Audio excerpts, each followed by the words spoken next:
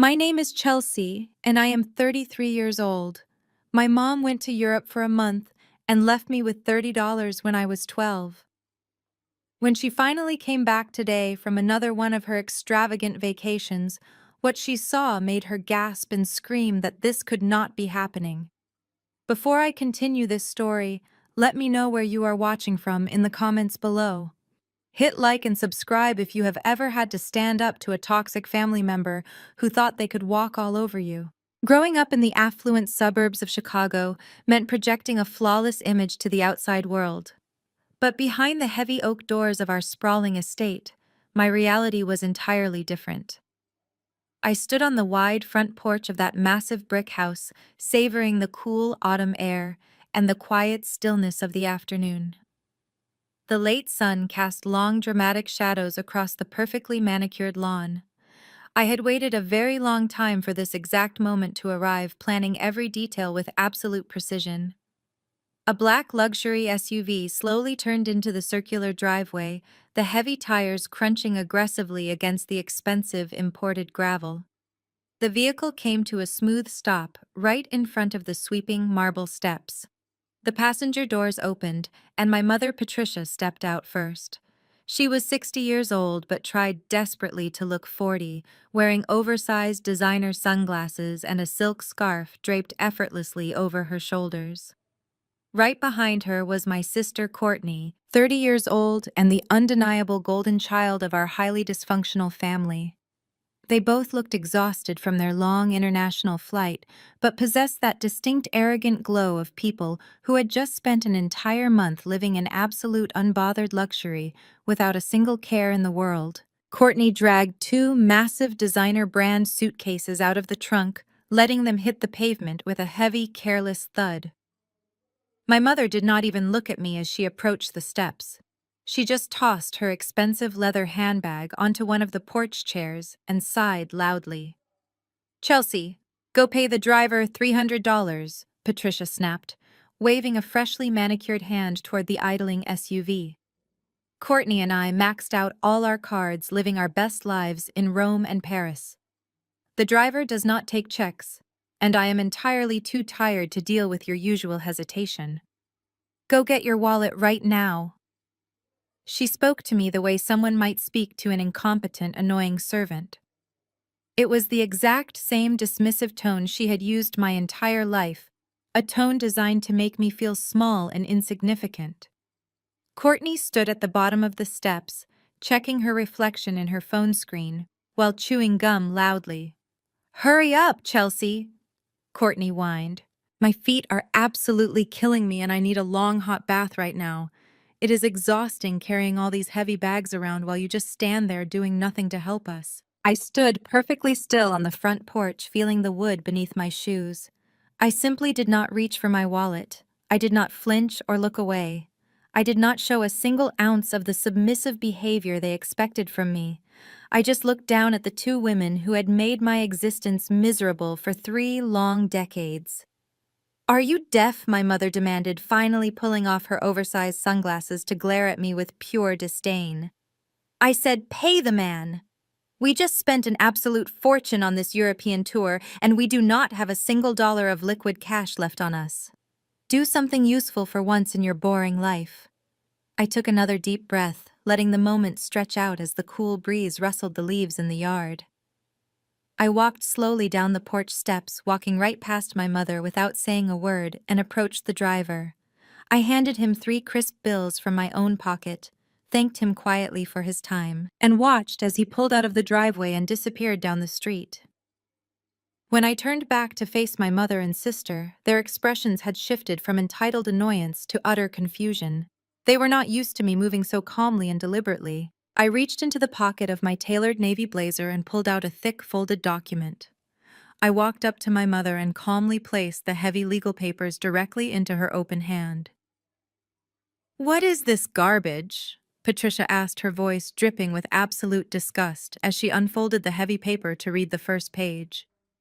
"It is an eviction notice," I said, keeping my voice completely level and devoid of any emotion. "You have exactly 0 minutes to vacate the premises." My mother stared at the paper, as if it were written in a foreign language. Her brain could simply not process the words printed on the page. Courtney let out a very loud, sharp, mocking laugh that immediately grated on my last remaining nerves. "Are you literally insane?" Courtney asked, rolling her eyes and shifting her weight impatiently. "You cannot evict Mom from her own house. You are just a bitter, jealous loser trying to ruin our homecoming because you never get to travel anywhere exciting." I smiled gently and pointed toward the side of the massive estate. "You might want to look over there," I suggested calmly. Both of them turned their heads to follow my gaze toward the driveway edge. Lined up neatly along the side of the house, perfectly out of view from the main street, but entirely visible from the driveway, were 20 heavy-duty black garbage bags. "Every single item you both own is in those bags," I explained slowly, making sure each word landed with maximum impact. "I packed them myself over the last few days. I also changed the security codes on the front gates and replaced every single lock on the exterior doors. You do not live here anymore, not today, not ever." The color completely drained from the face of my mother.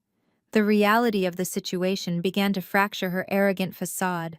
She looked from the legal documents in her hand to the massive mountain of trash bags, and then finally back to me. Her initial shock rapidly morphed into a violent, uncontrolled rage.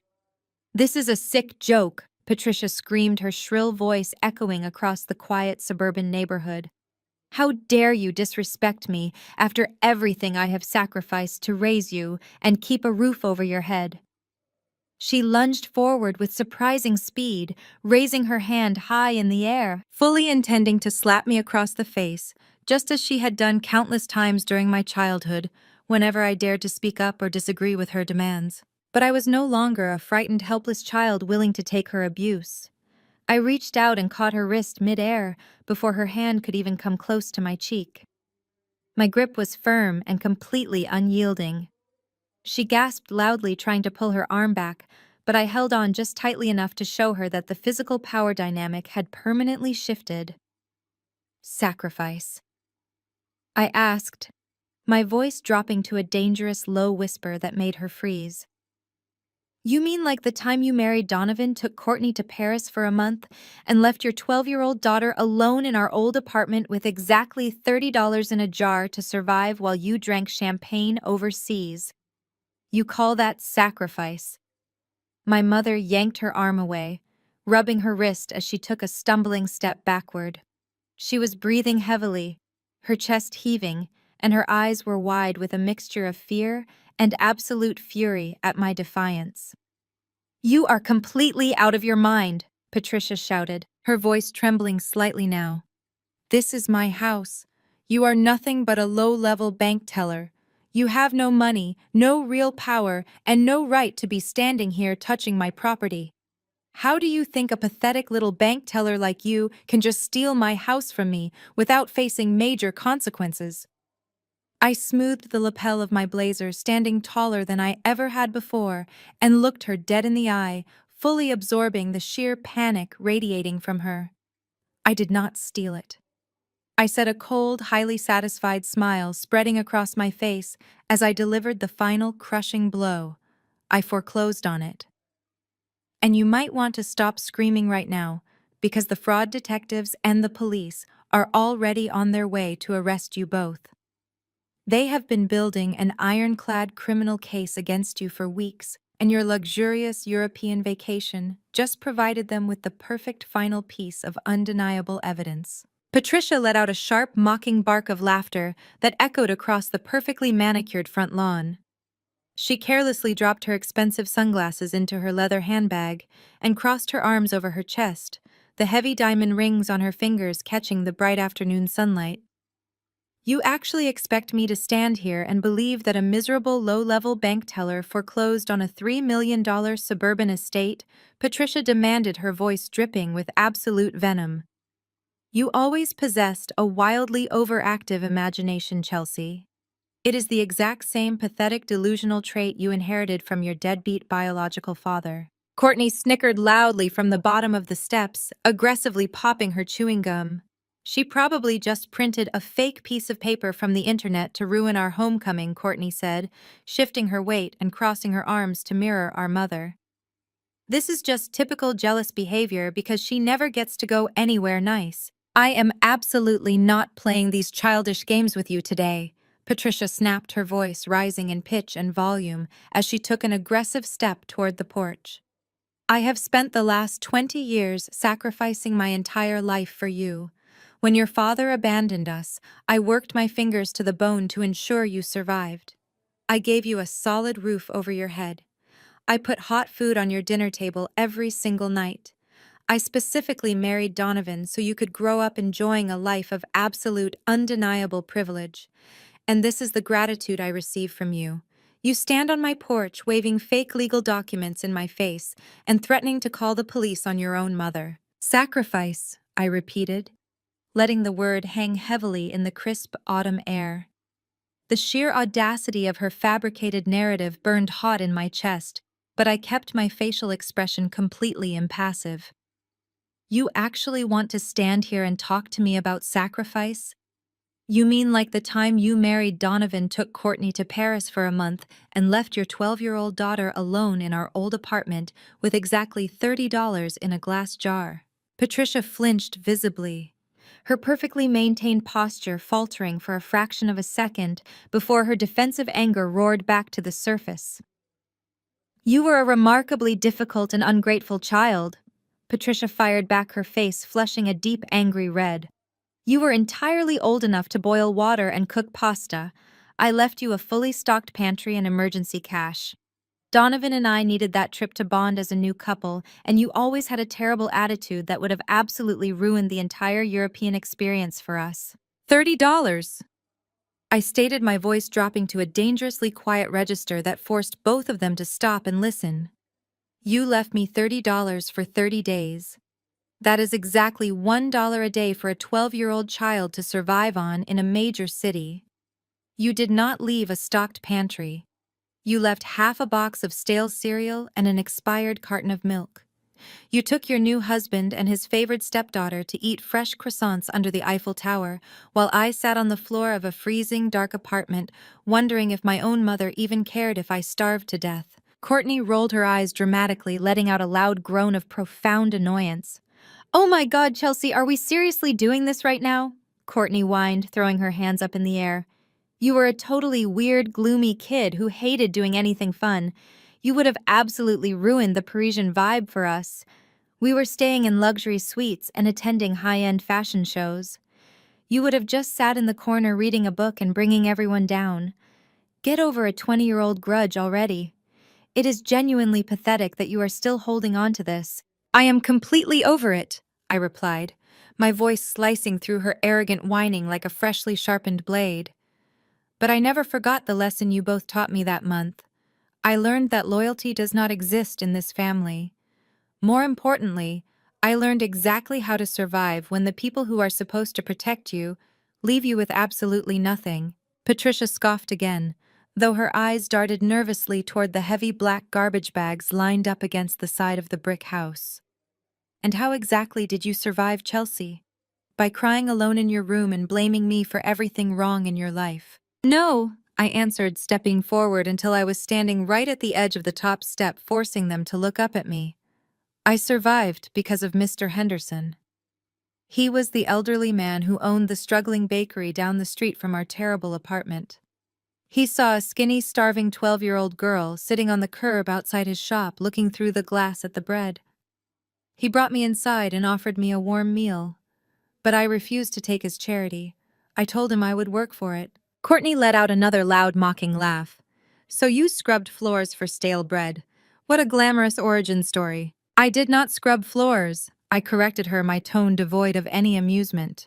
Mr. Henderson was a brilliant baker, but a terrible businessman. His office was filled with shoeboxes completely stuffed with crinkled, disorganized receipts and unpaid invoices. I offered to organize his messy paperwork in exchange for daily meals. At 12 years old, I taught myself basic bookkeeping. I spent the entire month you were in Paris sitting at a flour-dusted desk in the back of a bakery, balancing ledgers, calculating profit margins, and discovering discrepancies in his supply orders. I saved his business from going under that month, and he made sure I never went hungry.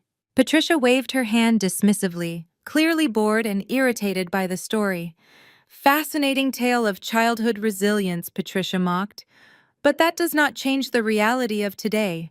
You are still just a bank teller, and this is still my house. You have zero legal authority to lock me out of my own property. That month in the bakery forged exactly who I am today. I continued, completely ignoring her interruption. I realized that numbers never lie. Numbers do not abandon you. Numbers tell the absolute truth about people, especially when those people are trying to hide their darkest secrets. I never became a bank teller, Mother. I let you believe that because it kept you from asking questions about my actual income. I am a private equity liquidator. I specialize in forensic accounting. I am the person that massive corporate boards hire to dismantle failing corrupt companies, expose financial fraud, and ruthlessly strip those entities for parts. I ruin lives for a living when people lie about money. And you both lied about a massive amount of money. Courtney stopped chewing her gum. Her arrogant posture stiffened, and a brief flash of genuine uncertainty crossed her face. What are you even talking about? Courtney demanded, her voice losing a significant fraction of its previous bravado. We did not lie about anything. I smiled warmly at my sister, though the expression did not reach my eyes. Always check the receipts, Courtney, especially yours. Patricia stepped in front of Courtney, aggressively pointing an accusatory finger at my chest. You are completely delusional, Patricia shouted. I own this estate. Donovan paid the mortgage for 15 years. You have zero claim to this property. Actually, my grandfather left 50% of this deed in my name when he died, I reminded her smoothly. A legal fact you conveniently chose to ignore because you assumed I was too poor and too stupid to ever enforce my ownership rights. Courtney suddenly burst into another round of loud, mocking laughter, stepping around our mother to face me directly. Her confidence had seemingly returned in full force. Oh, you think your name on the deed gives you power? Courtney sneered, pulling her expensive smartphone out of her designer pocket. You are actually so incredibly stupid, Chelsea. We knew your name was on the property deed. That is exactly why we used it. Courtney tapped the screen of her phone aggressively and shoved the bright display directly toward my face. It was a digital copy of a finalized commercial loan agreement. You cannot kick us out. Courtney boasted, a triumphant, malicious grin spreading across her deeply tanned face. You cannot touch this house, and you certainly cannot touch us. Mom and I just took out a massive $500,000 line of credit against the total equity of this estate. My luxury lifestyle brand needed a massive capital injection to scale globally. We used your immaculate credit score and your legal stake in the property to completely secure the funding. We forged your signature on every single document before we left for Europe. Patricia smiled proudly at Courtney, clearly thrilled by her daughter's admission of felony fraud. You owe your sister Chelsea, Patricia stated firmly, her tone returning to its usual arrogant superiority. Courtney is building a legitimate empire. She has natural gifts and social connections that you could never comprehend. You should be honored that your pristine credit history is finally serving a meaningful purpose for this family. The loan requires a massive monthly payment that we have zero intention of covering right now. We took this European trip to celebrate the funding, and we fully expect you to handle the immediate financial fallout. You are entirely trapped in our debt, and if you try to default, you will face total bankruptcy and criminal liability for the forged documents. Now pick up my heavy bags and carry them inside immediately so we can discuss your new payment plan. I did not move toward the luggage. I did not blink. I simply reached into the leather portfolio tucked under my arm and slowly pulled out my own digital tablet. I tapped the screen once, bringing up a highly secure encrypted banking server log, and turned the device so both of them could see the glowing financial data perfectly clearly. I know all about the $500,000 line of credit, Courtney, I said, my voice dropping to a dead clinical calm that made the surrounding air feel instantly colder. I know exactly when you signed the forged documents. I know exactly which bank officer processed the fraudulent transaction. And I know precisely why you thought you could trap me in your financial catastrophe. Courtney frowned, squinting at the complex financial logs displayed on my screen. How could you possibly know the details of a secure commercial loan? Courtney asked, her voice trembling, as the first real wave of panic finally set in.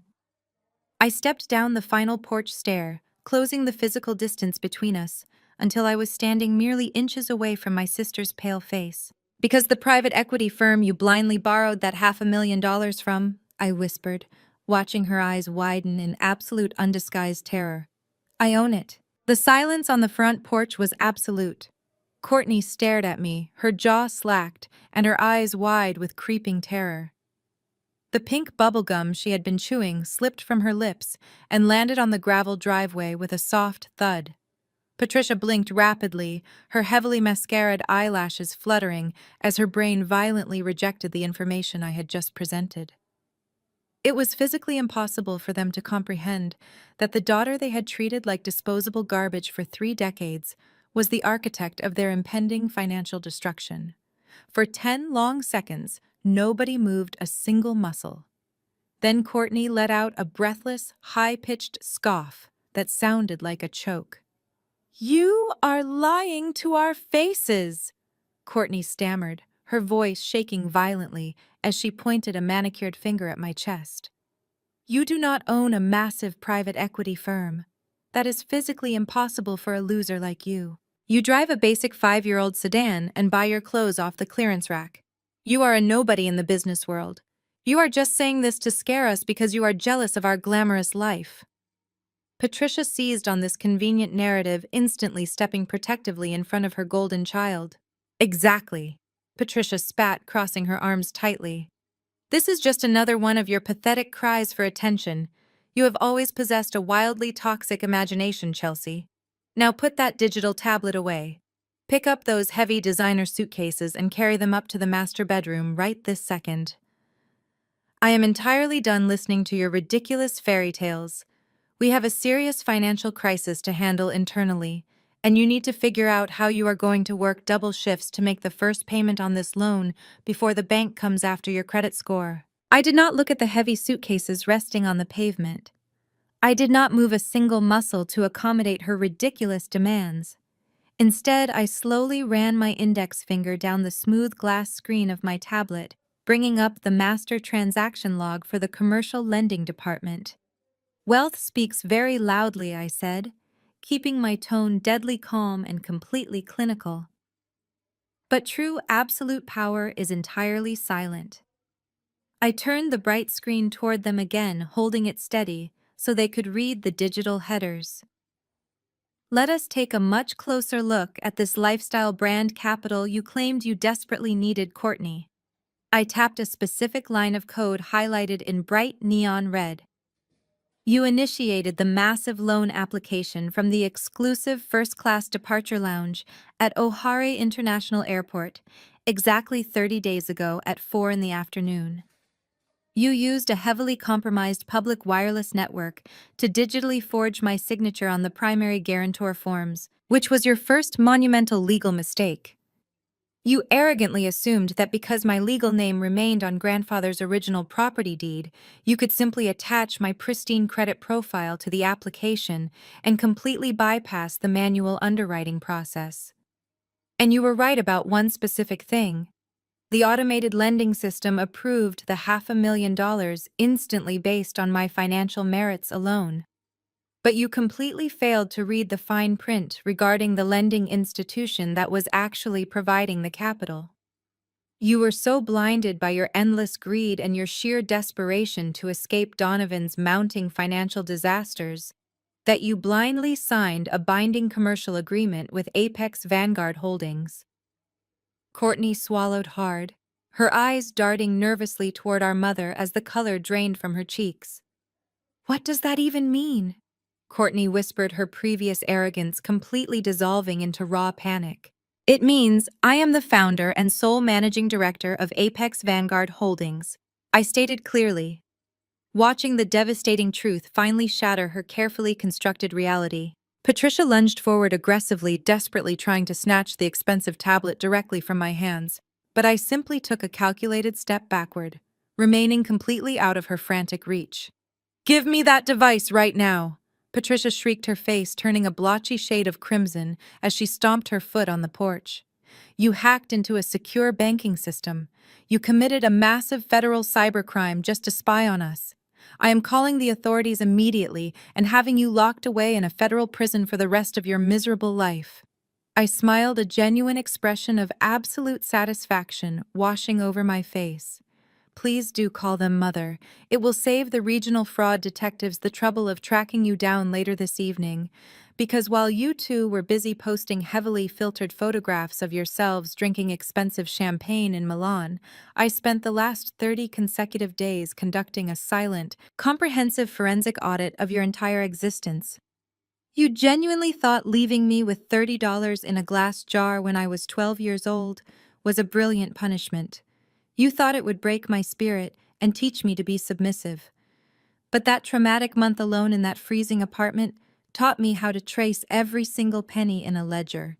It taught me how to read complex financial records, how to spot deliberate accounting discrepancies, and above all else, how to survive when the people who are supposed to love you abandon you. I took those harsh survival skills and I built a corporate empire out of liquidating corrupt, fraudulent companies, just like the fake one you registered. You handed me the ultimate legal weapon the second you committed felony wire fraud using my stolen identity. The $500,000 you borrowed did not go toward building a trendy lifestyle brand or buying inventory. I swiped to the next page on my digital screen, displaying a complex web of international wire transfers and banking codes.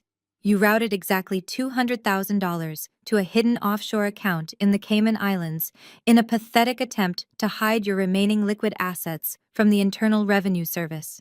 You spent exactly $80,000 on designer shopping sprees across 3 different European countries, leaving a digital trail of credit card receipts so incredibly obvious that a first-year accounting student could trace them back to the source. And the remaining $220,000 went directly to a series of untraceable shell companies entirely controlled by Donovan's illegal sports gambling bookies. You did not invest in a legitimate business venture. You committed massive coordinated international fraud and documented the entire process on your public social media accounts. Patricia stumbled backward as if I had physically struck her in the chest.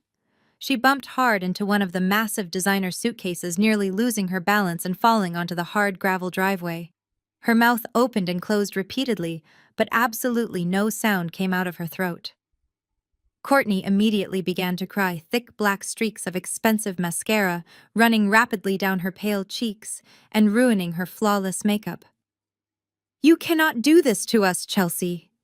Courtney sobbed hysterically, her voice cracking with genuine terror. "We are your family. We share the exact same blood.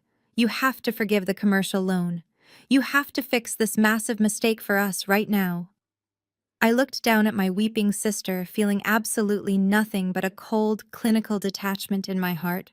"I do not grant personal forgiveness for felony identity theft," I replied smoothly. "The commercial loan contract you eagerly signed contained a strict, immediate default clause for fraudulent applications.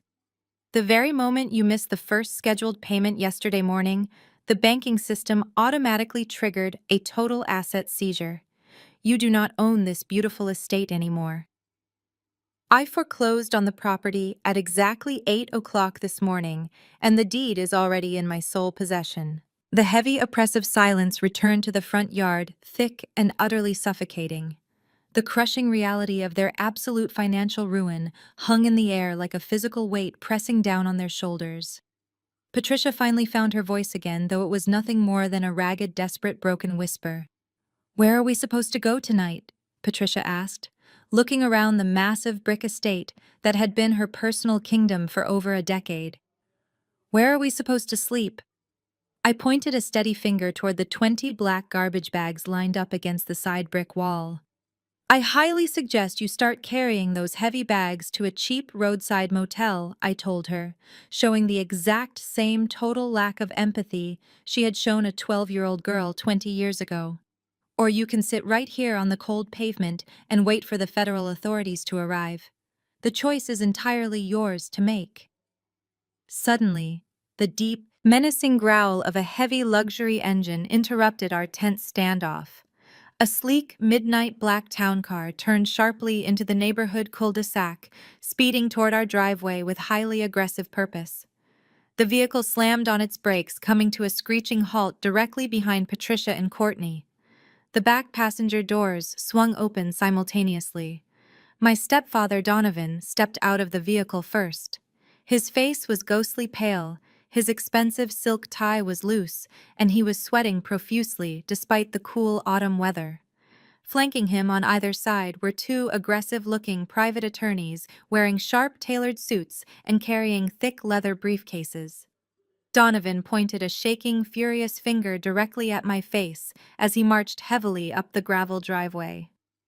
"You are completely finished, Chelsea," Donovan barked loudly, his booming voice echoing aggressively against the brick exterior of the massive house. "We are having you permanently locked away in a psychiatric ward for this highly illegal and delusional stunt." Courtney froze completely solid. The sleek digital tablet in my hand was no longer just a glowing screen displaying numbers. It was a devastating mirror reflecting her absolute and immediate ruin. Her mouth worked uselessly, opening and closing like a suffocating fish as she tried to form a coherent sentence, but her brain was visibly short-circuiting. Patricia took a stumbling, uncoordinated step forward, her wide eyes darting frantically between my calm face and the glowing digital logs. She shook her head in violent, desperate denial. "You are lying right to our faces." Patricia gasped, though the intense, uncontrollable tremor in her harsh voice completely betrayed her sheer panic. "You process basic checks at a local retail branch. You have worn the exact same cheap, boring shoes for 3 entire years. You do not own a massive private equity firm. This is a sick, elaborate prank designed to ruin my homecoming. I wore cheap shoes because I was quietly funneling every single cent I earned into building my massive corporate capital." I corrected her smoothly, my voice echoing with crystal clarity across the pristine, quiet driveway. "I spent my entire 20s working 90-hour weeks, analyzing distressed financial assets, liquidating highly corrupt corporate portfolios, and acquiring massive amounts of leveraged debt. I purposely let you believe I was just a struggling, low-level bank teller, because your absolute overwhelming contempt for me was the perfect camouflage. You were always so incredibly busy looking down your nose at me that you never bothered to look closely at who I was actually becoming in the real world. You handed me the ultimate legal weapon when you arrogantly assumed I was far too poor and far too stupid to notice a $500,000 commercial lien placed directly on my own legal property." I tapped the responsive screen of my tablet once, bringing up the heavily encrypted corporate registration documents for Apex Vanguard Holdings. I turned the device slightly so my mother could clearly read my full legal name listed prominently as the sole managing director and absolute majority shareholder. Patricia stared blankly at the crisp black text, her freshly manicured hands beginning to shake violently at her sides. The horrifying reality of her colossal, unforgivable mistake was finally piercing her thick, lifelong armor of toxic entitlement. "While you and Courtney were flying first class to Rome, completely convinced you had brilliantly outsmarted me, I immediately went to work. I stated my tone, sharp, clinical, and totally unrelenting.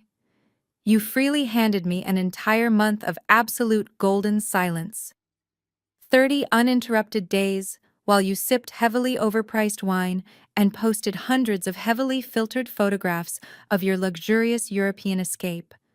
I did not spend that month crying alone over the painful fact that my own mother and sister eagerly stole my financial identity. I spent it conducting a comprehensive, deeply silent, and thoroughly brutal forensic audit of your entire miserable lives." Courtney let out a sharp, pathetic sob, tightly clutching her stomach as if she might be physically sick right there on the driveway. "You hacked our private banking portals," she whimpered loudly, dark tears continuing to ruin her incredibly expensive designer makeup. "I did not have to hack a single thing, Courtney," I replied, a remarkably cold, deeply satisfied smile touching the corners of my lips. "When you incredibly stupidly listed my legal name as the primary guarantor on the commercial loan application, You legally granted my private equity firm full unrestricted authorization to verify your complete financial standing.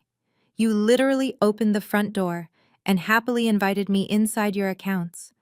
And exactly what I found, hiding behind your glamorous fake suburban facade, was an absolute mountain of rotting debt, pathetic lies, and highly desperate criminal activity. I began pacing slowly across the driveway, commanding the outdoor space entirely as they shrank back. Let us break down exactly where that $500,000 actually went. Courtney, you explicitly claimed on the formal loan application that the massive capital injection was strictly for manufacturing inventory and securing commercial warehouse space for your new luxury lifestyle brand. You even submitted a beautifully formatted, highly detailed business plan full of projected global revenue streams and aggressive marketing strategies. I stopped pacing abruptly and locked my eyes directly with my trembling sister. But your fabulous lifestyle brand simply does not exist. It is a completely fictitious corporate shell company registered to a cheap virtual mailbox in Delaware. You have zero physical inventory, zero legitimate manufacturing contracts, and zero actual employees on payroll. You did not spend a single dollar of that stolen money on a legitimate business venture. Instead, my forensic team tracked the first $80,000 directly to high-end designer boutiques across Milan, Paris, and Rome. You bought limited edition leather handbags, custom Italian footwear, and vintage diamond jewelry, leaving a massive glaring trail of international digital receipts that I have already happily forwarded to the State Fraud Division. Courtney squeezed her eyes tightly shut, sobbing much louder now, completely unable to deny the undeniable, deeply documented facts of her crimes. I turned my undivided attention back to Patricia, whose heavily Botoxed face was now the exact color of wet gray ash. Then we have the incredibly sloppy offshore wire transfers, I continued, my voice slicing right through the cool autumn air without an ounce of hesitation. $200,000 was immediately routed through 3 different holding companies before finally landing in a heavily guarded banking account in the Cayman Islands. You honestly thought using multiple sequential routing numbers would confuse my audit trail. But you used the exact same highly predictable password for every single digital account you own, the numerical date of Courtney's birth. Tracing those hidden illicit funds took my financial team less than 4 hours to complete. We legally froze that offshore account late yesterday afternoon. You cannot access a single penny of that stolen cash to save yourselves. Patricia swayed unsteadily on her feet, grabbing the thin plastic edge of a nearby garbage bag just to steady her trembling body. You cannot do this to your own mother, Patricia pleaded, her voice cracking with raw, unadulterated desperation. We were definitely going to pay the loan back in full. We just needed some temporary liquidity to bridge a gap. We were going to figure it all out when we got back home today. You were never going to pay it back, I shot back instantly, absolutely refusing to let her spin another pathetic self-serving lie. Because the remaining $220,000 was entirely vaporized within 48 hours of the massive loan clearing the system. It did not go into a high-yield savings account. It did not go into safe long-term investments. It went directly into the deep pockets of extremely dangerous, highly connected men to cover Donovan's massive illegal sports gambling debts. The sudden mention of Donovan's hidden gambling addiction hit Patricia like a brutal physical blow to the chest. She gasped loudly, quickly covering her trembling mouth with both of her hands. "Oh yes," I said smoothly, enjoying the look of total devastation washing over her. "I audited Donovan too. Your perfect, incredibly wealthy husband has been quietly bleeding your combined assets completely dry for the last 5 consecutive years. He has secretly mortgaged absolutely everything you own, except this specific house, which he could not touch, because my name was still legally sitting on the grandfather's deed. He owed dangerous, violent bookies over $200,000, and they were actively threatening to get very physical with him. So you and Courtney maliciously conspired to forge my signature, steal the remaining equity out of my inheritance, pay off his illegal debts, and immediately flee to Europe while I was left holding the empty bag. You fully planned to let the bank seize the house, assuming I would take the total fall for the fraudulent application while you lived comfortably overseas. I raised the digital tablet one final time, clearly displaying the bright red legally binding foreclosure notice. But you borrowed from the absolute wrong bank. You committed felony wire fraud across international borders. You committed aggravated identity theft. And because you explicitly used this specific property as collateral for a commercial business loan, under entirely fraudulent pretenses, the standard 30-day grace period for missed payments was entirely voided. The immediate default clause was legally activated the very second my auditing team flagged the forged signatures and the highly illegal offshore transfers. I took a deep, deeply satisfying breath, letting the absolute finality of their ruin settle heavily over the driveway. I did not just seize the house, Mother. I seized every single asset attached to that fraudulent loan agreement. The leased vehicles, the newly purchased jewelry, the frozen bank accounts. It all belongs to Apex Vanguard Holdings now to completely cover the stolen capital and the massive legal penalties you accrued. You are completely, utterly, and permanently broke. Patricia suddenly dropped heavily to her knees right there on the expensive gravel driveway. The impeccably styled, arrogant woman who had systematically tormented me for my entire life was instantly reduced to a weeping, trembling, pathetic mess on the cold ground. She reached out with shaking hands, trying to grab the hem of my tailored blazer, begging me to stop, begging me to show her mercy, begging me to remember that we were family. I took a deliberate step back, looking down at her with a cold, entirely unwavering stare. I felt absolutely no pity. I felt only the profound, clean justice of holding them entirely accountable for their own malicious, destructive actions. Courtney was practically hyperventilating now, leaning heavily against her expensive designer luggage, realizing that she was not just facing total bankruptcy, but potentially years in a federal prison for her active role in the coordinated fraud. The glamorous, carefree life she had expected to return to today was completely gone, replaced by a terrifying, inescapable legal nightmare. You have exactly 5 minutes to take these trash bags and walk away from my property, I told them firmly. If you are still standing on my driveway when the authorities arrive, I will personally ensure they place you in handcuffs in full view of every single neighbor on this street. Before Patricia could utter another desperate, pathetic plea, the deep, menacing growl of a heavy luxury engine interrupted our tense standoff. A sleek, midnight black town car turned sharply into the neighborhood cul-de-sac, speeding toward our driveway with highly aggressive purpose. The heavy vehicle slammed hard on its brakes, coming to a screeching, violent halt directly behind Patricia and Courtney, the thick tires kicking up a massive cloud of white dust from the imported gravel. The back passenger doors swung open simultaneously. My stepfather Donovan stepped out of the heavy vehicle first. His face was ghostly pale. His expensive silk tie was hanging loose around his collar, and he was sweating profusely despite the cool autumn weather. Flanking him closely on either side were two incredibly aggressive-looking private attorneys wearing sharp, tailored suits and carrying thick leather briefcases. They marched heavily up the gravel driveway, their expensive dress shoes crunching loudly as they approached the porch. Donovan pointed a shaking, furious finger directly at my face, completely ignoring his weeping wife kneeling on the ground. "You are completely finished, Chelsea!" Donovan barked loudly, his booming voice echoing aggressively against the brick exterior of the massive house.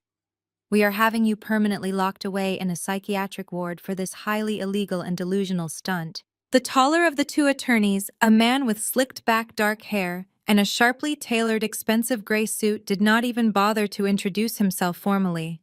He marched directly up the wide front steps, aggressively waving a thick manila folder in my direction, with a highly practiced air of absolute superiority.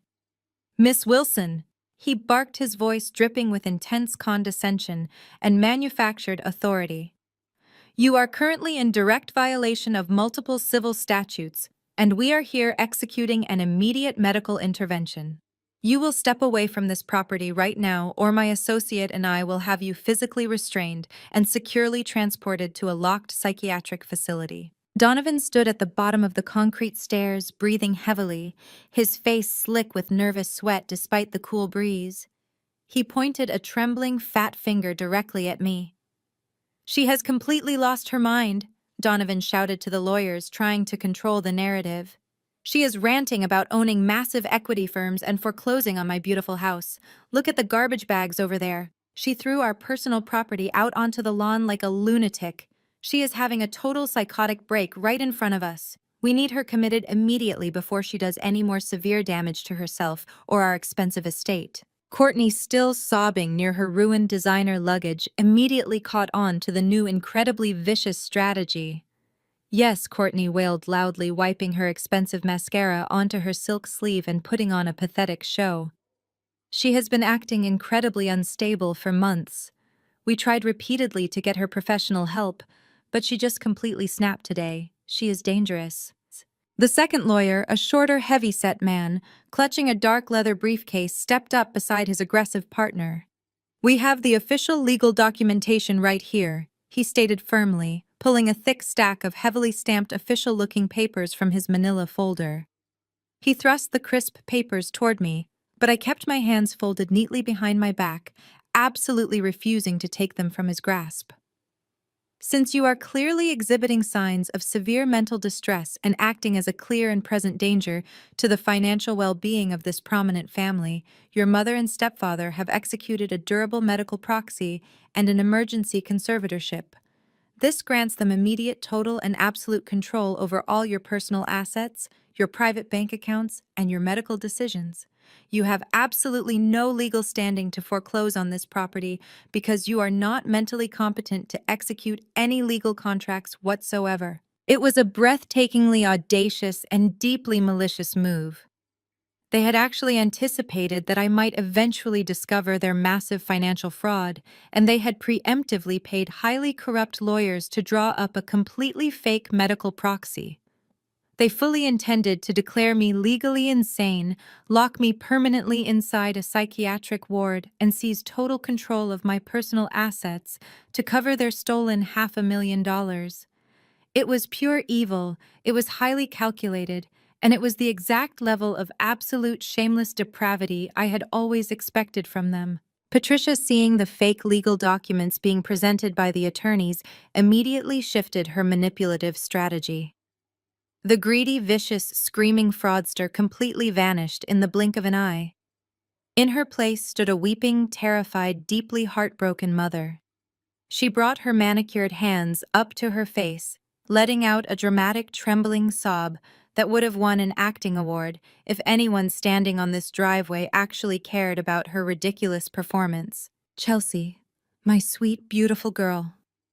Patricia cried out, her voice quivering with fake manufactured maternal agony that made my stomach turn. "Please just stop this absolute madness right now. You are sick. You are so very sick, and you do not even realize it. We only want what is best for you. We love you so much. Please just let these nice men take you to the hospital so you can get the psychiatric help you so desperately need today. We will handle the house. We will take care of your little banking job. Just surrender to the medical professionals right now before you force us to call the police and have you dragged away in a straitjacket." It was the ultimate, most disgusting form of weaponized gaslighting. She was standing on the driveway of a house she just brazenly tried to steal, weeping totally fake tears while actively trying to have her own biological daughter institutionalized just to cover up a felony wire fraud charge. The sheer, unadulterated evil radiating from my mother was almost a physical presence in the crisp autumn air. I did not flinch. I did not raise my voice to defend my own sanity. I did not panic or show a single ounce of fear. I remained perfectly, absolutely still on the top step of the porch, my posture completely rigid and my expression entirely unreadable. My absolute, unwavering silence only seemed to infuriate the highly paid lawyers further. Miss Wilson, the taller attorney, demanded, his voice growing significantly louder and much more aggressive as he tried to intimidate me. "This is not a negotiation, and we are not asking for your permission. You will step aside immediately. We have the full legal authority to enter this premises and secure the property on behalf of your legal conservators. If you do not move out of our way this exact second, we will physically remove you from the doorway and place you in restraints ourselves." They were eagerly digging their own graves with a massive backhoe, and I was more than happy to stand there and let them keep shoveling the dirt. Donovan took a heavy, highly aggressive step up the concrete stairs, completely emboldened by the aggressive presence of his highly paid legal team. "Move her out of the way," Donovan ordered the attorneys, his face turning a deep, angry shade of purple. "She is trespassing on my personal property. Move her right now, or I swear I will come up there and do it myself." The two confident lawyers stepped forward simultaneously, their shiny dress shoes clicking loudly against the wooden planks of the front porch. They were actively trying to physically intimidate a woman standing entirely alone on a porch. They moved within inches of my face, attempting to use their height and their expensive tailored suits to force me to back down and surrender the house to their corrupt clients. "We are taking immediate possession of the estate," the shorter lawyer announced, attempting to forcefully step around my left shoulder to reach the heavy oak front door. "You are officially relieved of all your financial and legal rights, Miss Wilson. Hand over the new house keys immediately before things get violent. I need you to clearly confirm something for me before I step aside," I said, my voice cutting cleanly through their aggressive, loud posturing with absolute icy precision. I looked directly at the taller attorney, making intense, direct eye contact that made him pause. "You are officially submitting these specific medical documents as valid legal instruments right now. You are stating for the official binding record that my mother and my stepfather possess the absolute legal right to claim my financial assets based strictly on this exact medical proxy." The lawyer sneered down at me, completely confident in his deeply corrupt authority. "Yes," he confirmed loudly, practically shoving the fraudulent papers directly against my chest. "These are official, legally binding documents properly executed by a licensed medical professional. Your mother officially holds the conservatorship over you. Now step aside and let us do our jobs." I slowly reached out and confidently took the documents from his hand. I looked down at the medical proxy. It was signed by a doctor I had never met in my entire life, falsely claiming I suffered from severe paranoid delusions and extreme financial instability. It was an absolute masterpiece of blatant legal fiction. By handing it directly to me and verbally confirming its intent, they had just officially presented forged legal documents in the active commission of a massive financial crime. The steel trap was now fully permanently shut. "Thank you for formally presenting this exact evidence," I said, my voice dropping to a low, highly satisfied whisper that echoed loudly in the quiet space. I carefully folded the fraudulent medical proxy and tucked it safely into the inside pocket of my tailored navy blazer right next to my digital tablet. "You have all been incredibly helpful to my case today." Donovan let out a loud, highly frustrated growl from the bottom of the steps. "What is she talking about now?" Donovan demanded, glaring angrily at his highly paid attorneys. "Grab her! Restrain her right now! Get her off my porch before I lose my temper completely!" Patricia stepped up closely behind her husband, her fake dramatic tears instantly drying up as she sensed a massive, terrifying shift in the atmosphere. "Chelsea, you are making a terrible, life-ruining mistake," Patricia hissed, her true, vicious, venomous nature bleeding rapidly through the fake, concerned mother act. "You are going to be locked permanently in a padded room for the rest of your miserable life if you do not surrender right now." I smiled warmly at my mother, a genuine expression of absolute, undeniable victory. "I will not be going to a hospital today, Mother," I replied softly, savoring every single syllable. "But you are definitely going to be needing a very good criminal defense attorney. And I highly suggest you do not use these two specific men, considering they just actively implicated themselves in a massive federal conspiracy." The taller lawyer scoffed loudly, aggressively, attempting to push his broad shoulder past me to grab the heavy brass handle of the front door. "You are entirely delusional," the lawyer snapped angrily. "We are entering the house right now." I took one slow, highly deliberate step to the right. I completely cleared the pathway to the heavy oak front door. I gestured politely with my open hand, silently inviting them to look closely at the entrance of the house they were so desperately trying to break into. As I stepped aside, the heavy front door slowly clicked open from the inside. The confident lawyers froze instantly in their tracks. Donovan stopped breathing entirely. Patricia let out a sharp, genuine gasp of absolute terror that echoed across the driveway. Standing directly in the doorway, perfectly framed by the grand entryway of the massive estate, was a tall, incredibly imposing man, wearing a dark tailored suit and a very official silver badge clipped prominently to his belt. He held a thick clipboard securely in his hands, and his expression was entirely devoid of any amusement. He looked down at the two highly paid lawyers, then shifted his hard, unforgiving gaze directly to Donovan and Patricia. My family had fully expected to find an empty house they could easily conquer. Instead, they found the absolute worst nightmare of any white-collar criminal. "Allow me to introduce you," I said, my voice ringing clearly over the absolute terrifying silence that had fallen heavily over the driveway. "This is Agent Marcus Vance.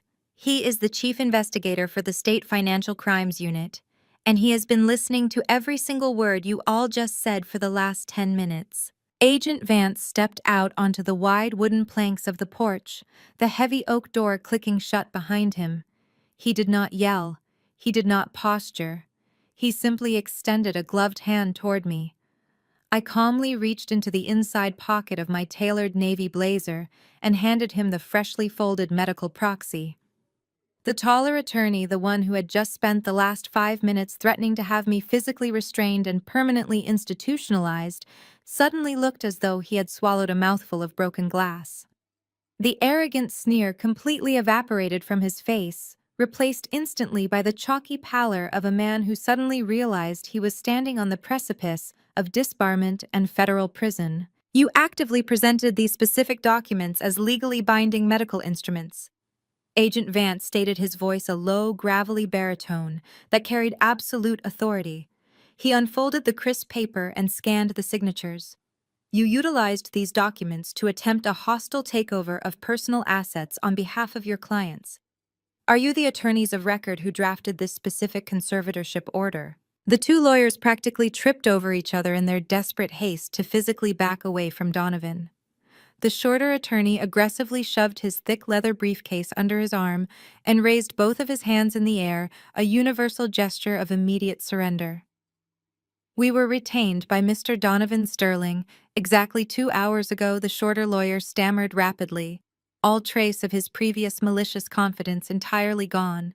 "We were simply handed these forms and told they had been officially executed by a licensed psychiatrist. We had absolutely no prior knowledge that the signatures were fraudulent. We officially recuse ourselves as legal counsel for these individuals effective immediately." Donovan whipped his head around, staring at his expensive legal team in absolute shock as they practically sprinted down the gravel driveway, abandoning him entirely. Patricia let out a strangled, breathless whine from her place on the ground. Courtney was completely paralyzed, staring at Agent Vance, as if he were an executioner holding a sharpened axe. I stepped down to the middle of the concrete stairs, looking directly at my sister. "The sheer arrogance of your entire operation is honestly breathtaking, Courtney," I said, pulling my digital tablet back out and tapping the screen to bring up a new file. "You went to the trouble of committing felony wire fraud, but you were so incredibly lazy that you used our private equity firm unsecured client portal to communicate with each other while you were traveling. You literally logged into a server that I personally own and operate to coordinate the theft of my identity." I tapped a highlighted folder on my screen, bringing up a highly organized chronological log of unencrypted text messages. "Let us take a quick trip down memory lane," I announced cheerfully, though my eyes remained perfectly cold. 30 days ago, you were sitting at a high-end cafe in Milan. You ordered 2 bottles of vintage champagne, which cost exactly $400 each. And while you were drinking that stolen champagne, you sent this specific message to our mother. I cleared my throat, projecting my voice so every single syllable reached the state investigator standing on the porch. I quote, "This champagne is incredible. I cannot believe Chelsea is sitting in her ugly, cheap apartment, clipping grocery coupons right now while we are living like absolute royalty on her dime. She is such a pathetic, spineless loser." End quote. Courtney let out a sharp gasp, violently covering her face with her hands, as if the words physically burned her skin. Patricia frantically tried to push herself up off the cold gravel, her knees shaking violently. "Chelsea, please stop." Patricia begged, her voice a miserable, desperate croak. "You do not have to read these out loud. Please, I am begging you as your mother." "You forfeited the right to call yourself my mother the day you left me with $30 to survive an entire month while you ate fresh croissants in Paris," I replied, my tone slicing through her pathetic tears like a freshly sharpened blade. "And I am absolutely going to read them all out loud because Agent Vance needs the complete unvarnished context of your criminal conspiracy." I swiped down to the next intercepted message. "2 days later, you were shopping at a luxury boutique in Rome," I continued, glaring down at Patricia. "You swiped a card tied directly to the stolen funds to purchase a diamond tennis bracelet. While you were waiting for the clerk to wrap your stolen jewelry, you replied to Courtney." I quote, "Do not feel sorry for Chelsea. She has zero ambition and zero talent. Her credit score is the only useful thing she has ever contributed to this family. When the bank finally realizes the first payment is missing, we will just claim she took out the loan herself and had a massive mental breakdown. Nobody will ever believe a sad, lonely bank teller over us." End quote. The silence that followed the reading of that specific text message was deafening. Agent Vance methodically wrote something down on his official clipboard, the scratching of his pen echoing loudly. The two private attorneys, who had paused at the end of the driveway to listen, exchanged horrified glances. They had just tried to execute the exact false narrative my mother had documented in writing 3 entire weeks ago. They had actively participated in a premeditated conspiracy to weaponize mental health laws against an innocent victim. "You planned every single detail of this destruction," I stated, stepping down to the driveway and closing the distance until I stood towering over my mother. "You openly mocked my pathetic life while using my immaculate financial reputation to fund your massive shopping sprees. You laughed at the thought of leaving me completely bankrupt, fighting federal fraud charges and defending my own sanity in court. You spent the entire month in Europe bragging to each other about how brilliantly you had trapped me. But your extreme, unyielding hubris blinded you to the single most important detail." I tapped the screen of my tablet, locking the device and sliding it smoothly into my pocket. "You never bothered to verify who actually held the purse strings. You were so absolutely certain of your own superiority that you never checked the legal name of the private equity founder. You blindly assumed that because I did not wear designer clothes or drive a luxury sports car, I must be a failure. You never once stopped to consider that true wealth does not need to scream for attention." Donovan was breathing in rapid, shallow gasps, his chest heaving under his expensive, sweat-soaked shirt. He looked wildly around the driveway, his panicked eyes darting from Agent Vance on the porch to the locked gate at the end of the cul-de-sac. He was a man who had spent his entire life gambling with other people's money, manipulating the system, and running away when the debts finally came due. He was cornered, and the instinct of a coward is always to run. "This has absolutely nothing to do with me," Donovan suddenly shouted, throwing both of his hands in the air and aggressively backing away from Patricia. "I did not forge any signatures. I did not apply for any commercial loans. These two crazy women did all of this behind my back. I am completely innocent." Patricia jerked her head around, staring at her husband in absolute horrific betrayal. "Donovan, how can you say that?" Patricia shrieked, scrambling to her feet and reaching out for him. "We took the money to pay off your violent bookies. We committed fraud to save your life. You told us to do it." "I never told you to commit federal wire fraud," Donovan roared back, his face twisting with ugly, desperate panic. "You are on your own, Patricia. I am not going to prison for your incredibly stupid mistakes." Without another word, Donovan turned his back on his weeping wife and his terrified stepdaughter. He practically sprinted across the driveway, his heavy dress shoes slipping on the loose gravel as he rushed toward the sleek, midnight black town car he had arrived in just minutes earlier.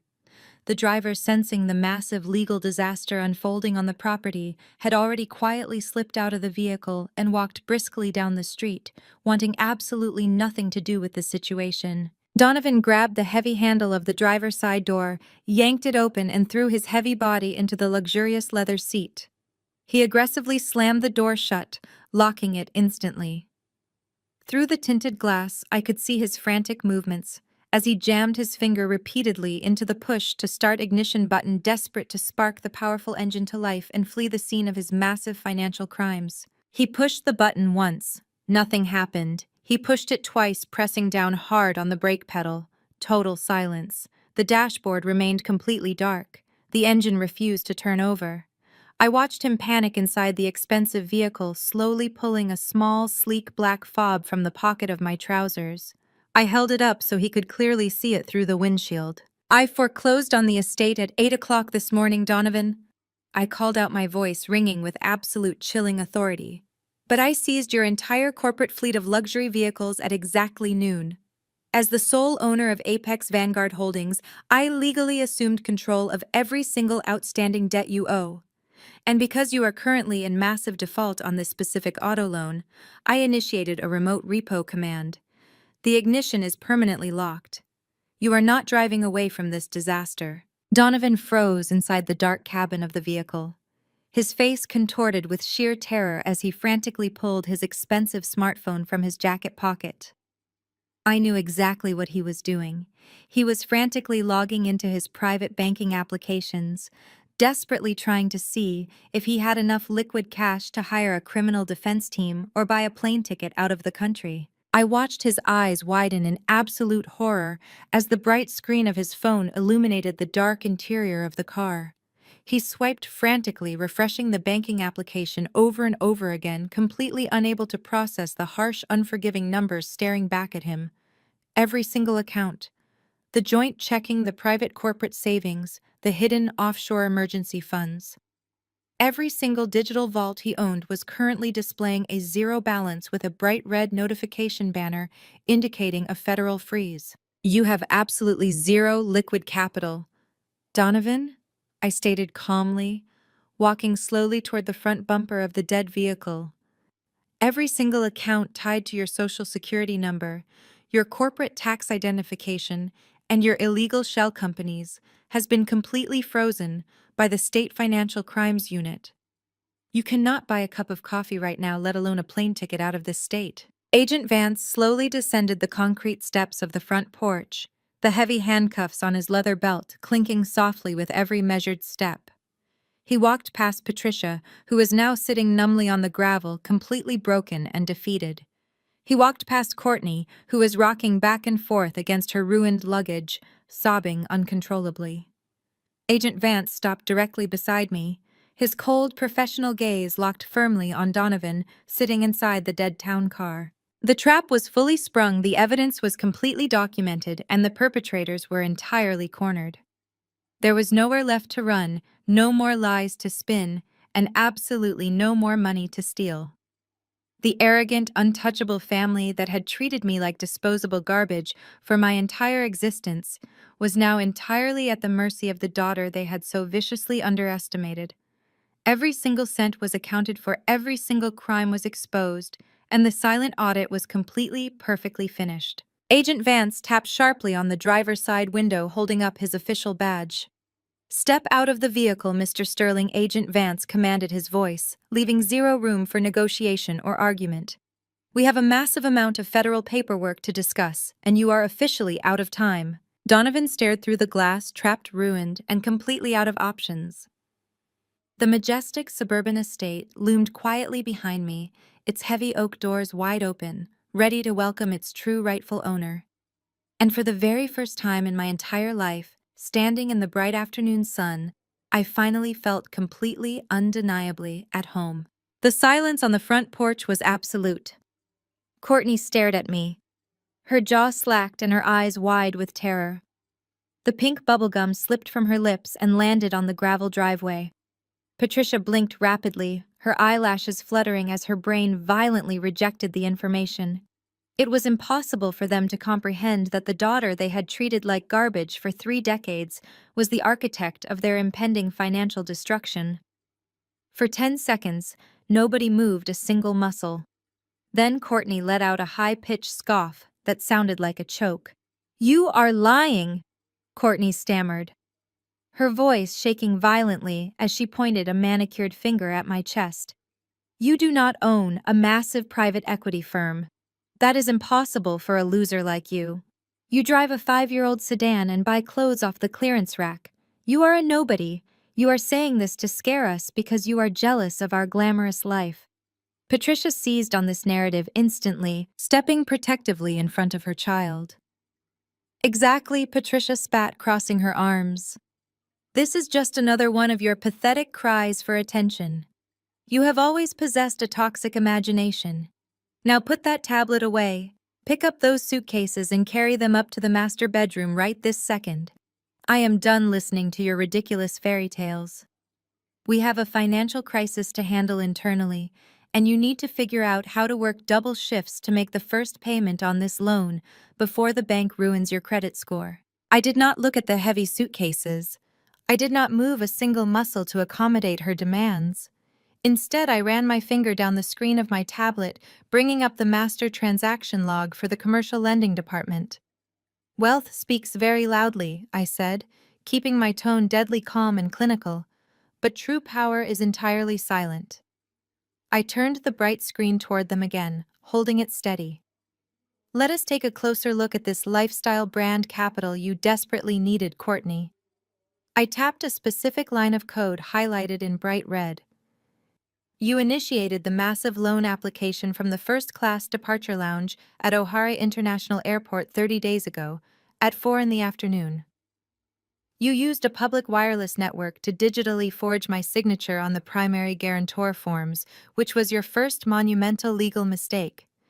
You assumed that because my legal name remained on grandfather's original property deed, you could simply attach my credit profile to the application and bypass the manual underwriting process. And you were right about one specific thing. The automated lending system approved the $500,000 instantly based on my financial merits alone. I paused, letting the cold reality of my words sink in.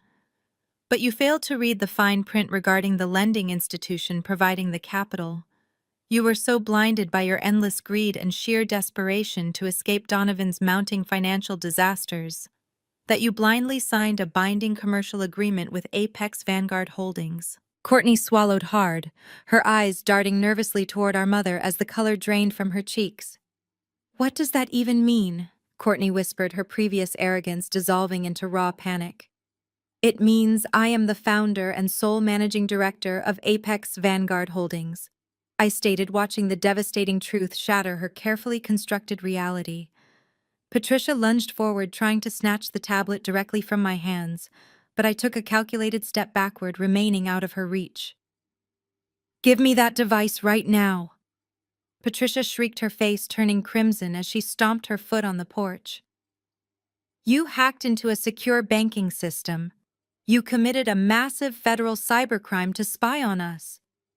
I am calling the authorities immediately and having you locked away in a federal prison for the rest of your life. I smiled, an expression of absolute satisfaction washing over my face. Please do call them Mother. It will save the regional fraud detectives the trouble of tracking you down later this evening, because while you two were busy posting photographs of yourselves drinking champagne in Milan, I spent the last 30 days conducting a silent forensic audit of your entire existence.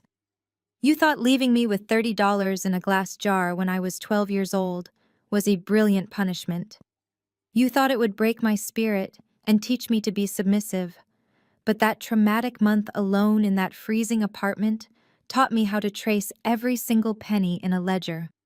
It taught me how to read complex financial records, how to spot deliberate accounting discrepancies, and how to survive when the people who are supposed to love you abandon you. I took those harsh survival skills and built a corporate empire out of liquidating corrupt companies, just like the fake one you registered. I swiped to the next page on my digital screen, displaying a complex web of international wire transfers and banking codes. You handed me the ultimate legal weapon the second you committed felony wire fraud using my stolen identity. The $500,000 you borrowed did not go toward building a trendy lifestyle brand or buying inventory. You routed $200,000 to a hidden offshore account in the Cayman Islands in a pathetic attempt to hide your remaining liquid assets from the Internal Revenue Service. You spent $80,000 on designer shopping sprees across 3 different European countries, leaving a digital trail of credit card receipts so obvious that a first-year accounting student could trace them back to the source. And the remaining $220,000 went directly to a series of untraceable shell companies entirely controlled by Donovan's illegal sports gambling bookies. You did not invest in a legitimate business venture. You committed massive coordinated international fraud and documented the entire process on your public social media accounts. Patricia stumbled backward, as if I had physically struck her in the chest. She bumped hard into one of the massive designer suitcases, nearly losing her balance and falling onto the gravel driveway. Her mouth opened and closed repeatedly, but no sound came out of her throat.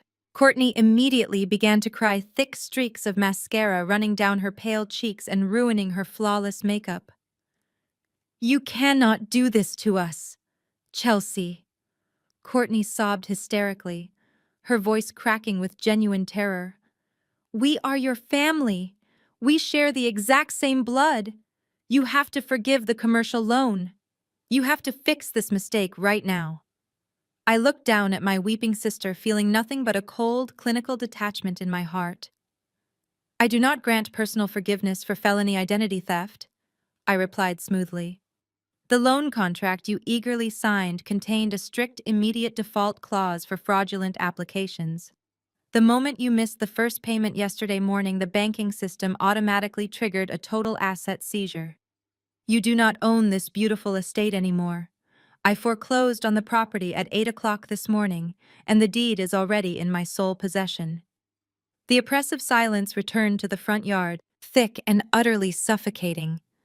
The crushing reality of their financial ruin hung in the air like a physical weight pressing down on their shoulders. Patricia finally found her voice again, though it was nothing more than a ragged, broken whisper. "Where are we supposed to go tonight?" Patricia asked, looking around the massive brick estate that had been her kingdom for over a decade. "Where are we supposed to sleep tonight?" I pointed a steady finger toward the 20 heavy black garbage bags lined up against the brick wall.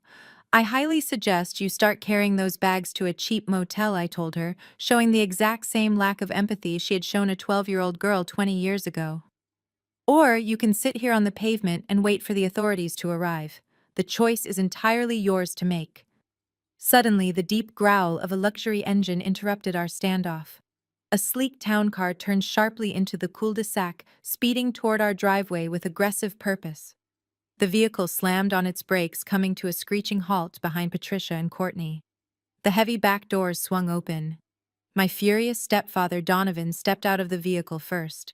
His face was ghostly pale, his silk tie was loose, and he was sweating profusely despite the cool weather. Flanking him on either side were 2 aggressive private attorneys, wearing sharp, tailored suits and carrying thick leather briefcases. Donovan pointed a shaking finger directly at my face as he marched up the driveway. "You are completely finished, Chelsea." Donovan barked loudly, his voice echoing against the brick exterior of the massive house. "We are having you locked away in a psychiatric ward for this highly illegal and delusional stunt." The heavy silence was shattered by Patricia aggressively tapping her smartphone screen. Sitting in the driveway, she ignored her trapped husband. Her fingers moved with wild speed as she pulled up a travel application. "I am not staying here to be humiliated by you," Patricia hissed, her voice shaking with raw panic and fury. "We are leaving this madness right now. I am booking the presidential suite at the Four Seasons until Donovan figures out how to destroy you." She tapped the screen to confirm. A red error message flashed across her phone. "Declined." Patricia let out a frustrated growl, rapidly swiping to a different premium credit card in her digital wallet. She hit confirm. Declined. She tried a third card. Declined. She tried 3 more. Every piece of plastic she owned was instantly rejected. "Why are they declining?" Patricia screamed, shaking her phone violently. "I have limitless credit. This is a technical error." "It is not a technical error, Mother," I stated calmly, crossing my arms. The Financial Crimes Unit flagged every single account associated with Donovan's fraudulent enterprises. Your credit cards are linked to the stolen commercial funds used for your European shopping spree. The banks canceled your lines of credit instantly. You have zero purchasing power. Patricia stared at her useless phone, her chest heaving as the reality of her complete financial destitution sank in. Before she could formulate a response, the heavy sound of diesel engines echoed down the quiet street. Two enormous tow trucks slowly turned into the cul-de-sac, their lights flashing. Courtney, who had been weeping silently beside her ruined luggage, suddenly jolted upright. "What is happening?" Courtney cried out, her eyes widening in fresh terror as the tow trucks reversed precisely into our wide driveway. "Why are they here? Tell them to leave." "They are here to collect my property," I replied, stepping aside as the first tow operator jumped down from his cab. He walked directly toward Courtney's sports car. "You cannot touch my car!" Courtney shrieked, scrambling to her feet and throwing herself across the hood. "Donovan leased this for me as a birthday present. It is in my name. You are stealing my personal property." The tow truck driver stopped looking over his shoulder directly at me. I simply nodded my head. "Actually, Courtney Donovan leased that vehicle using a shell company that defaulted on its payments 3 months ago," I corrected her. "When I acquired his corporate debt, I also purchased the outstanding leases on both your vehicles. You do not own this sports car, and Donovan does not own the SUV he is hiding inside. I own them both, and I am repossessing them right now." The second tow operator casually walked over to Donovan's locked car. Donovan frantically pounded his fists against the tinted glass from the inside, his face purple with rage, but the operator simply attached a heavy winch without making eye contact. Within minutes, the family had been systematically stripped of their home, their stolen wealth, and their mobility. They were completely marooned, exposed for the entire world to see. And the world was definitely watching. Doors opened and several residents stepped out onto their lawns, watching the dramatic downfall. Patricia, who had spent a decade cultivating a flawless image for these exact neighbors, was now literally sitting in the dirt, entirely bankrupt and ruined. The sheer humiliation of having her affluent neighbors witness her absolute destruction finally broke Patricia's mind. The fake crying mother vanished entirely. The desperate, panicked woman completely evaporated. What replaced them was something entirely dark, vicious, and purely evil. Patricia sank deeper into the sharp gravel, ignoring the pain as the small rocks bit into her bare legs. She looked up at me, her eyes burning with an intense, toxic hatred that made the air feel suffocating. If she was going to lose everything she had ever valued, she was going to make absolutely certain that she took my soul down into the dirt, right alongside her. "You think you have won?" Patricia hissed, her voice dropping to a low, venomous register that commanded the attention of everyone standing in the driveway. Agent Vance stood perfectly still on the porch. Even the neighbors seemed to hold their collective breath. "You think you are so brilliant, so powerful?" Patricia continued, a cruel, twisted smile slowly spreading across her face. "You think you finally proved your worth. But you are nothing, Chelsea. You have always been absolutely nothing. And you want to know why I have always treated you like garbage. You want to know why I could never bring myself to love you." I did not flinch. I kept my posture completely rigid, refusing to give her the satisfaction of seeing any weakness. "Enlighten me, Mother," I challenged softly. "It is because of your biological father," Patricia spat out her words, dripping with pure malice. "You spent your entire pathetic childhood crying over a man you thought tragically died. I let you believe he was a good person who was taken from us too soon. I let you hold on to that pathetic fantasy because the truth was far too ugly for your fragile little mind." Patricia laughed, a harsh, grating sound that echoed loudly over the idling diesel engines. "Your father did not die, Chelsea. He ran away.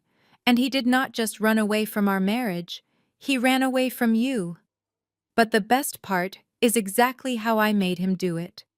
My heart slammed painfully against my ribs, but my expression remained an impenetrable mask of stone. I refused to let her see the sudden sharp spike of adrenaline coursing through my veins.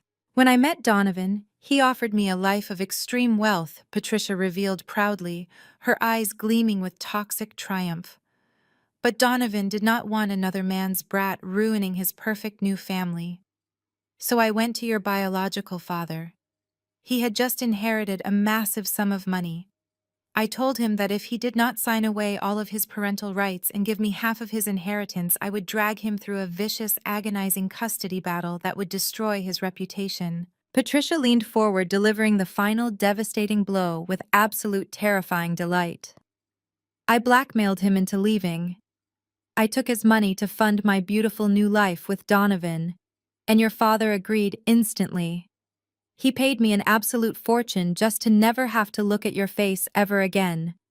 He abandoned you because you were entirely unlovable, Chelsea. You were a burden to him just like you were a burden to me. He bought his freedom to escape you. The silence that followed her confession was so heavy, it felt almost physical. Agent Vance stared down at Patricia from the porch, his face an expression of complete, unfiltered disgust.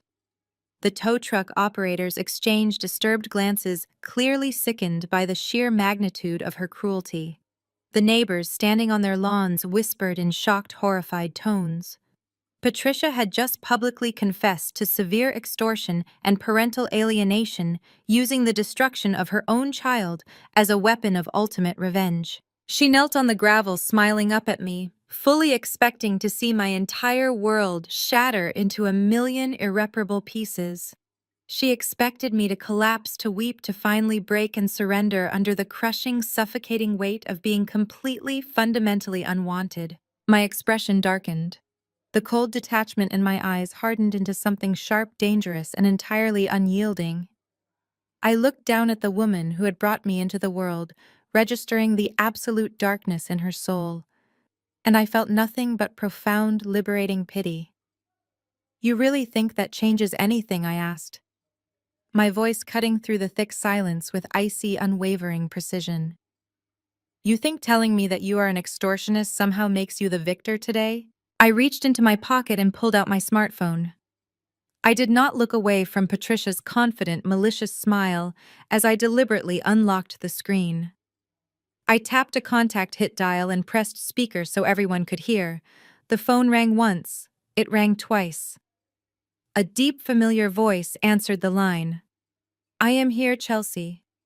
You can come out now," I said calmly, never breaking eye contact with my mother. Patricia frowned, her triumphant smile faltering slightly as a heavy wave of confusion washed over her features. She looked frantically around the driveway, trying to understand who I was talking to. At the far end of the quiet dead end, a sleek black sedan that had been parked silently in the shadows suddenly flared to life. Its headlights illuminated the dark pavement as it rolled forward, drawing the immediate attention of every single person standing outside. The car smoothly turned into the driveway, pulling up directly behind the tow trucks. The engine died. The heavy driver's side door slowly pushed open, and the man Patricia had proudly claimed she had destroyed stepped out into the crisp afternoon air. He wore a tailored charcoal suit that projected quiet, understated authority. His dark hair was threaded with silver at the temples, and his posture was impeccably straight. He did not look like a man who had been broken, discarded, or chased away by a greedy ex-wife. He looked like a man who owned the very ground we were standing on. Patricia staggered backward, her expensive heels scraping loudly against the gravel driveway. She brought both manicured hands up to her mouth, her eyes bulging as if she had just seen a ghost materialize in the middle of the bright afternoon. She shook her head violently, completely unable to process the physical reality standing mere feet away from her. "It cannot be!" Patricia gasped, her voice barely a ragged breath. "I made sure you were gone forever. I made you sign the legal papers. You have absolutely no right to be here." I stepped down from the porch and walked to his side, linking my arm comfortably through his. He looked down at me with a warmth and genuine pride that Patricia had never once directed my way. "Allow me to formally reintroduce you to Arthur Sterling," I announced very clearly. My voice carried clearly over the loud, idling engines of the heavy tow trucks. "He is a highly successful commercial real estate magnate based out of Seattle. But more importantly, for today's specific agenda, he is the primary silent investor and co-founder of Apex Vanguard Holdings. We have been in active business together for exactly 5 years. Patricia let out a strangled, loud, high-pitched noise. She looked wildly between Arthur and me, the sheer magnitude of her fatal miscalculation finally crashing down upon her shoulders. "You found him," she stammered, pointing a violently trembling finger at us right now today. "You went looking for this pathetic loser behind my back. He completely abandoned you. I told you exactly what he did. You told me a highly curated fairy tale deliberately designed to cover up a felony." Arthur corrected her, his voice a deep, resonant baritone that commanded instant, unwavering respect. He did not raise his voice, but the absolute certainty in his tone made Patricia physically flinch. "You spent 20 years actively convincing Chelsea that she was an unlovable burden. You spent 2 decades completely poisoning her mind so you could confidently play the role of the martyred single mother. You wanted everyone to believe you were tragically forced to marry a wealthy fraudster just to survive. But you severely underestimated our brilliant daughter." I looked directly into Patricia's terrified, wide eyes. "You told me he paid you to never see me again," I said, my voice completely devoid of any raw emotion. "But you completely forgot that I am a licensed forensic accountant. I do not deal in your emotional narratives. I deal entirely in paper trails. When I turned exactly 25, I started quietly digging into your sealed divorce records. I tracked down the original banking transfers silently. I followed the massive amount of money you explicitly extorted from him directly into the cash down payment for this exact suburban estate. And then I bought a plane ticket to Seattle and knocked directly on his office door." Arthur smiled, a gentle, profound expression that completely transformed his stoic face. "It was the greatest day of my entire life," he said, simply looking at me. I had spent 15 desperate years hiring expensive private investigators, trying to bypass the vicious legal barricades Patricia had heavily constructed. She had moved away, changed Chelsea's last name, and explicitly threatened me daily. She threatened to file false physical abuse allegations if I ever came within 100 miles of her. When Chelsea walked into my corporate office holding a thick binder full of detailed financial records, I knew immediately she had inherited my mind. We spent the next 5 years building a massive corporate empire together. I continued tightening my firm grip on my father's arm. He provided the initial capital, and I provided the aggressive acquisition strategies. We spent half a decade quietly buying up Donovan's highly toxic debt, waiting for the exact moment you and your greedy husband would hang. You thought you were weaponizing my sanity to steal $500,000. In reality, you were walking blindly into a steel trap we meticulously set 5 years ago. Patricia's chest heaved rapidly. She looked exactly like a trapped animal completely surrounded by superior predators. She turned her frantic gaze to Agent Vance, who was still standing on the wooden porch observing the entire exchange with cold professional detachment. "You cannot listen to them," Patricia pleaded, her voice cracking with raw, unfiltered desperation. "He is a massive liar. He completely abandoned his only child. He is a huge deadbeat father. He gladly paid me to leave him alone forever. I am the true victim here. They are violently conspiring to ruin me out of pure spite." Arthur did not bother to argue. He simply reached into the deep inside pocket of his suit jacket and pulled out a thick, permanently sealed manila envelope. He deliberately broke the red wax seal and extracted 3 pieces of aged yellowing stationery covered in familiar, highly aggressive handwriting. He held them up high so Patricia could clearly see her own distinct penmanship. "I kept every single extortion letter you ever sent me," Arthur stated. His voice was ringing with absolute, undeniable finality. "I kept the vicious demands for untraceable cash. I kept the written threats where you explicitly stated you would heavily drug Chelsea and have her testify to horrific, entirely fabricated abuse if I ever tried to seek joint legal custody. I kept the final signed agreement where you ruthlessly demanded $2 million of my personal inheritance in direct exchange for dropping the false police reports you had already drafted." Patricia let out a loud, horrified gasp, lunging violently forward to physically snatch the letters, but Agent Vance was significantly faster now. He stepped swiftly off the porch and successfully intercepted Arthur, holding out his gloved hand with quiet authority. "I will gladly take those directly into official evidence, sir," Agent Vance said, carefully taking the aged letters and sliding them securely onto his heavy metal clipboard.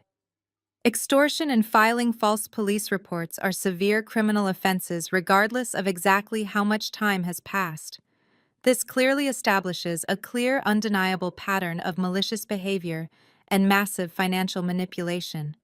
Patricia collapsed heavily to her knees on the sharp gravel. Her ultimate weapon, the devastating toxic lie she had fiercely hoarded, was gone. She used that lie for 2 entire decades to permanently break my spirit, and it had just been turned to absolute dust in the wind. She had fully expected to shatter me emotionally. Instead, she had just willingly handed a prominent state financial investigator the final, undisputed proof of her lifelong, unapologetic criminal nature. She looked up at me, her face completely drained of any natural color, her perfect expensive blowout entirely ruined by the crisp wind and her own panicked sweat. "Chelsea, please," Patricia begged, reaching her shaking hands out desperately toward my ankles. "I am your biological mother. You absolutely cannot do this to me today. I gave you life.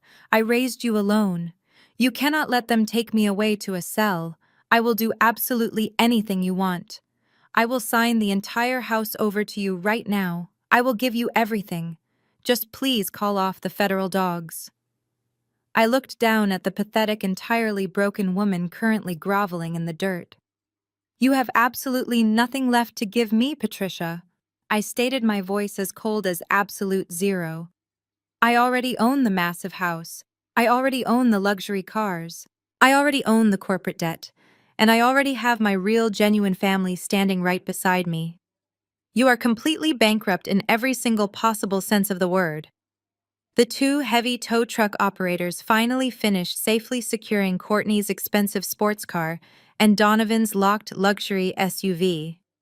The heavy diesel engines revved loudly as the massive steel chains aggressively pulled the expensive vehicles up onto the flatbeds.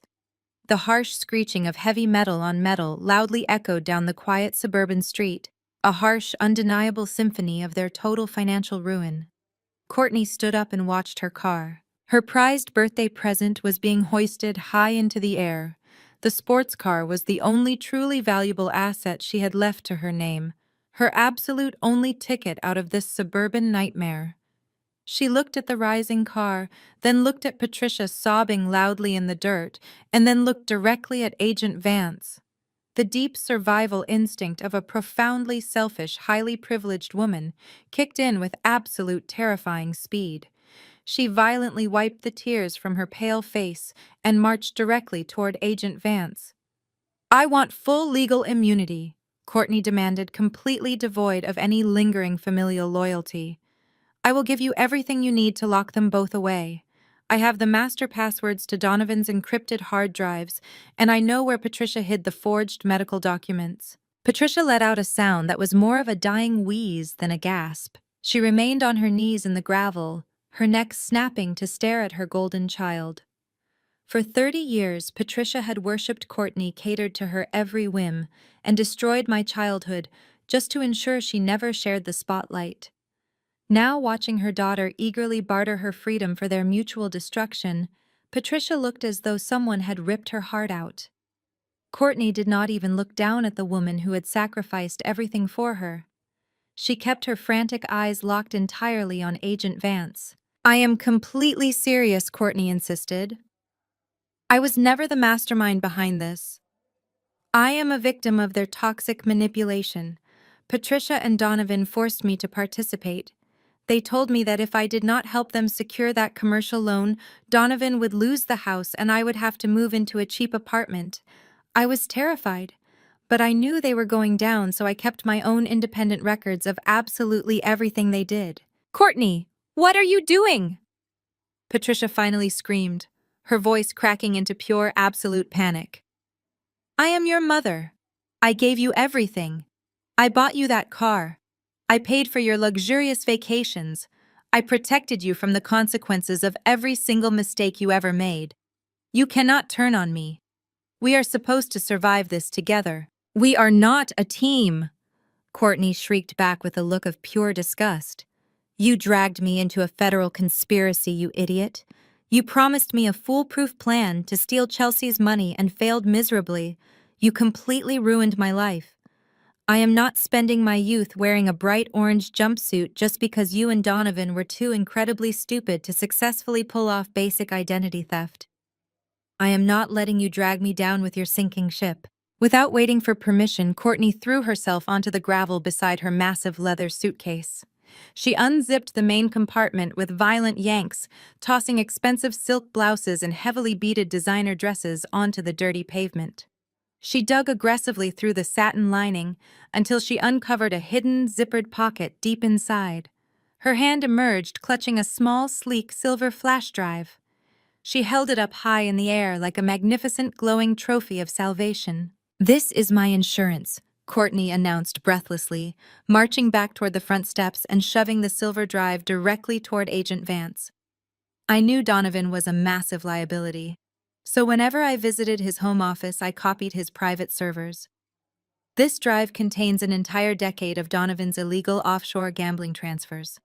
It has the exact routing numbers for the shell companies he used to funnel money to his violent bookies in Eastern Europe. But that is not all. It also contains Patricia's guarded personal tax ledgers. Patricia let out a loud wail, throwing her hands over her ears as if to block out the sound of her daughter destroying her freedom. Donovan, still trapped helplessly inside his locked luxury town car, slammed his heavy fists furiously against the reinforced windshield. He could clearly see Courtney holding the flash drive, and his face twisted into a mask of pure homicidal rage. He had spent years meticulously hiding his financial crimes, only to have his spoiled stepdaughter hand the definitive evidence over to an investigator. "She has been dodging federal taxes for 15 years, Courtney continued very rapidly. Patricia funneled millions of dollars of her extortion money and Donovan's stolen corporate funds through fake charitable foundations. She claimed massive deductions on non-existent philanthropic donations. Every single fraudulent tax return, hidden domestic account, and forged signature is meticulously documented right here on this drive. I categorized it by year, bank, and specific felony charge. It is a complete roadmap to their entire criminal enterprise." Agent Vance did not reach for the flash drive. He remained standing on the porch, his posture rigid. He looked at the drive, then directly at Courtney, analyzing her wild eyes. He was watching a lifelong predator attempt to shed its skin, and he was clearly not impressed. "I am a cooperative witness," Courtney pleaded, her voice rising in pitch as panic truly set in. "I am willingly handing over the smoking gun. You do not even have to execute a search warrant. I am doing your job. Just promise me that I walk away with total immunity." "You miserable little brat!" Patricia shrieked, scrambling forward and grabbing the hem of Courtney's designer coat. "I lied for you. I stole for you. I completely destroyed my relationship with Chelsea just so you could have the best of everything. I sacrificed my own soul to make sure you never had to work a single day in your miserable life, and you are selling me out to save your own skin. You are a disgusting, treacherous monster." Courtney kicked her leg out, pulling her coat free from Patricia's desperate fingers. "I learned from the absolute best, Mother," Courtney spat, her voice dripping with cruel venom. "You literally just spent the last 10 minutes bragging to the entire neighborhood about how you maliciously blackmailed a man into abandoning his child. You proudly confessed to extorting millions to fund your luxurious lifestyle. You taught me that loyalty is for poor people and that survival is all that matters. You raised me to be a predator. You cannot be surprised when I finally decide to eat you alive." The toxicity hung heavily over the driveway. The affluent neighbors gathered at the edges of their pristine lawns watched in absolute shock. They were witnessing the brutal implosion of a family that had spent years portraying an image of absolute perfection and endless wealth. Arthur, standing tall and silent beside me, watched the chaotic destruction of his former abuser with steady eyes. He did not show a single ounce of pity for Patricia. He simply stood as an immovable pillar of strength, his presence a silent testament to survival, letting the violent storm finally consume them entirely. Realizing that Agent Vance was unresponsive to her legal demands, Courtney suddenly pivoted her attention directly to me. The aggressive tone vanished instantly, replaced by a sickeningly sweet voice of desperate sisterly affection. "Chelsea, please," Courtney begged, taking a calculated step toward me and offering the silver flash drive like a sacred gift. "You and I have always shared a complicated bond. We grew up in the exact same house. We suffered under the exact same toxic, manipulative mother. I was just as trapped as you were. You have all the absolute power here. You can explicitly tell this investigator to let me go." I looked deeply at my older sister, registering the fake tears welling in her eyes and the deliberate trembling of her outstretched hand.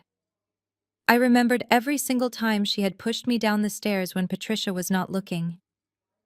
I remembered every piece of my fragile childhood artwork she had deliberately torn to shreds. I remembered her gleefully cheering when Patricia forcefully locked me outside in the freezing rain. Courtney was not a helpless victim of circumstance. She was an active and highly malicious participant in my lifelong emotional torment. Realizing her elaborate game was over, she was searching for a new host to sink her claws into. "Please, Chelsea." Courtney whined, her voice taking on a pathetic, profoundly desperate edge that echoed in the cool air. "Take the drive, take the evidence, use it to lock them away in prison forever. They completely deserve it for what they did to you and your father today. Just promise me that I can safely walk away from this driveway. Let me keep my sports car and my dignity. I will never bother you again. I will disappear from your life and let you live in peace. You owe me this much for willingly handing you the final nail in their coffins. We are sisters, Chelsea. You have a moral obligation to protect me right now." I remained perfectly still on the concrete steps. I slowly reached out my hand and took the flash drive from her trembling fingers.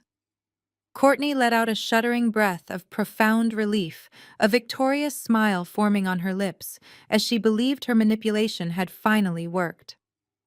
I held the device up to the light, inspecting it carefully before slipping it securely into the pocket of my blazer next to the forged medical documents. "Thank you for the evidence, Courtney," I said, my voice completely smooth and devoid of any sisterly warmth.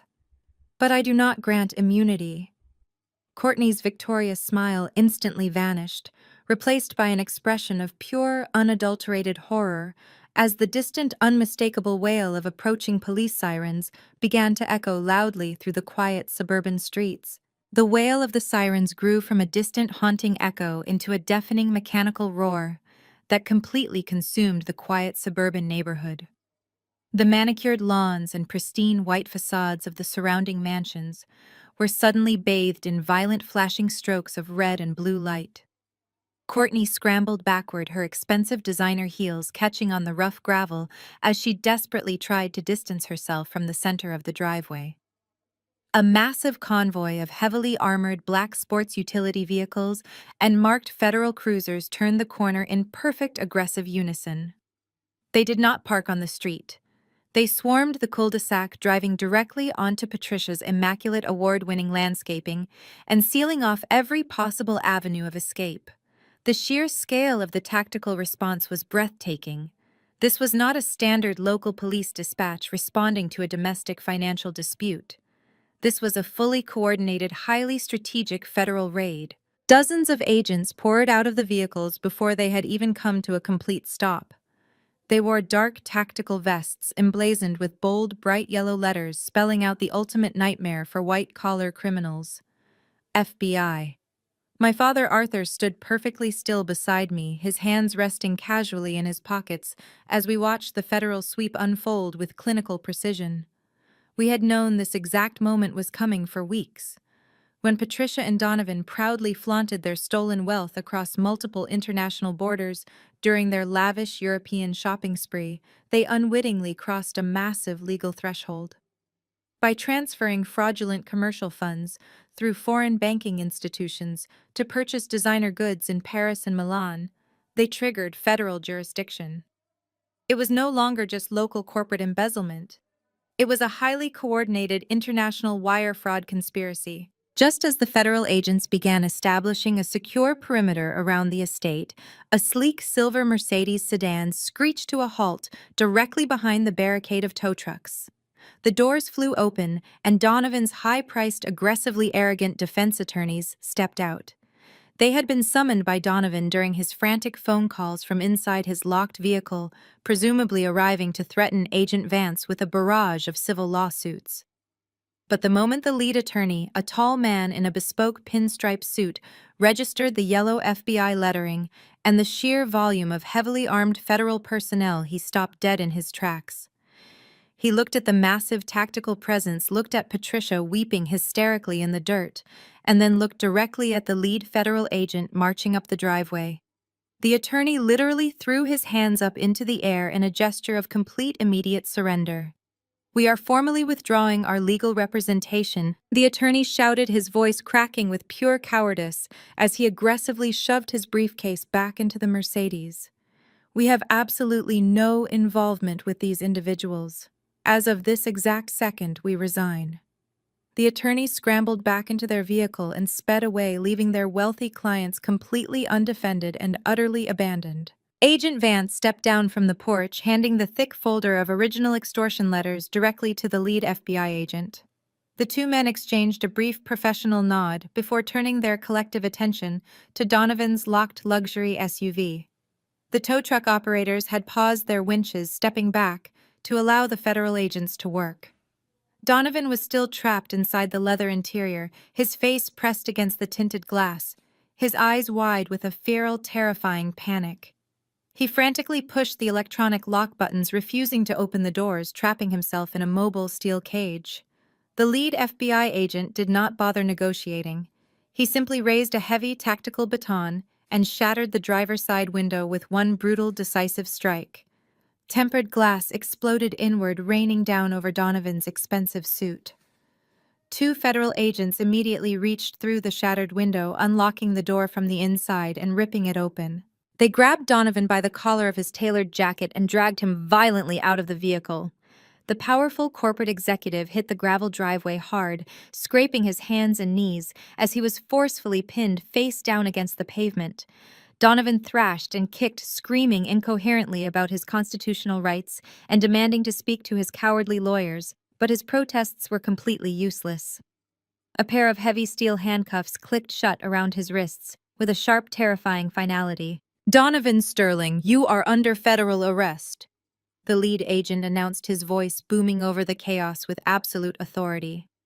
"You are being charged with multiple counts of felony wire fraud, international money laundering, severe tax evasion, and grand corporate theft. You have the right to remain silent.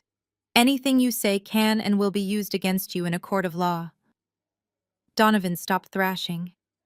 The aggressive, arrogant bully who had spent the last decade mocking my existence and stealing millions of dollars from hard-working commercial investors was suddenly reduced to a trembling, hyperventilating mess. He lay with his face pressed directly into the dirty gravel, weeping loudly, as the federal agents hauled him to his feet and dragged him unceremoniously toward a waiting transport vehicle. The illusion of his absolute power was permanently broken. With Donovan successfully secured, the federal agents turned their unified attention to Patricia. My mother was still kneeling in the dirt, completely paralyzed by the sheer, undeniable reality of her total destruction. She watched Donovan being shoved into the back of a federal cruiser, her eyes wide, her mouth opening and closing without producing a single sound. When two female FBI agents approached her, pulling out their own sets of heavy steel handcuffs, Patricia finally snapped out of her state of profound shock. She began kicking her bare legs wildly, scrambling backward like a cornered animal, her expensive designer dress tearing against the sharp rocks. "You cannot do this to me!"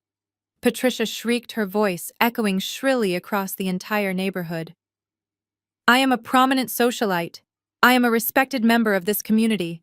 I did absolutely nothing wrong. My husband handles all the finances. I am completely innocent." The female agents did not hesitate.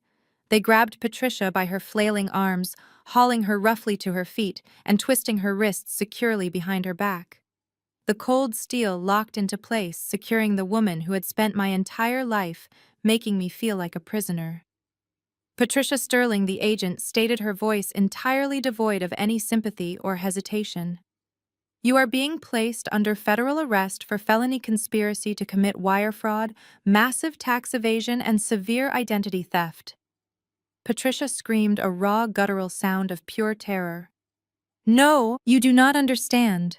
My daughter gave you that flash drive. Courtney has all the evidence.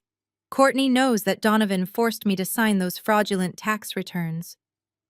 Patricia twisted her neck frantically, her wild mascara-stained eyes searching desperately for her golden child. Courtney, please tell them the truth. Tell them I am innocent. You have to save me, Courtney. You are my beautiful, perfect daughter. You owe me your entire life. Do not let them take me away. Courtney stood several feet away, smoothing down the front of her expensive coat with trembling, heavily manicured hands.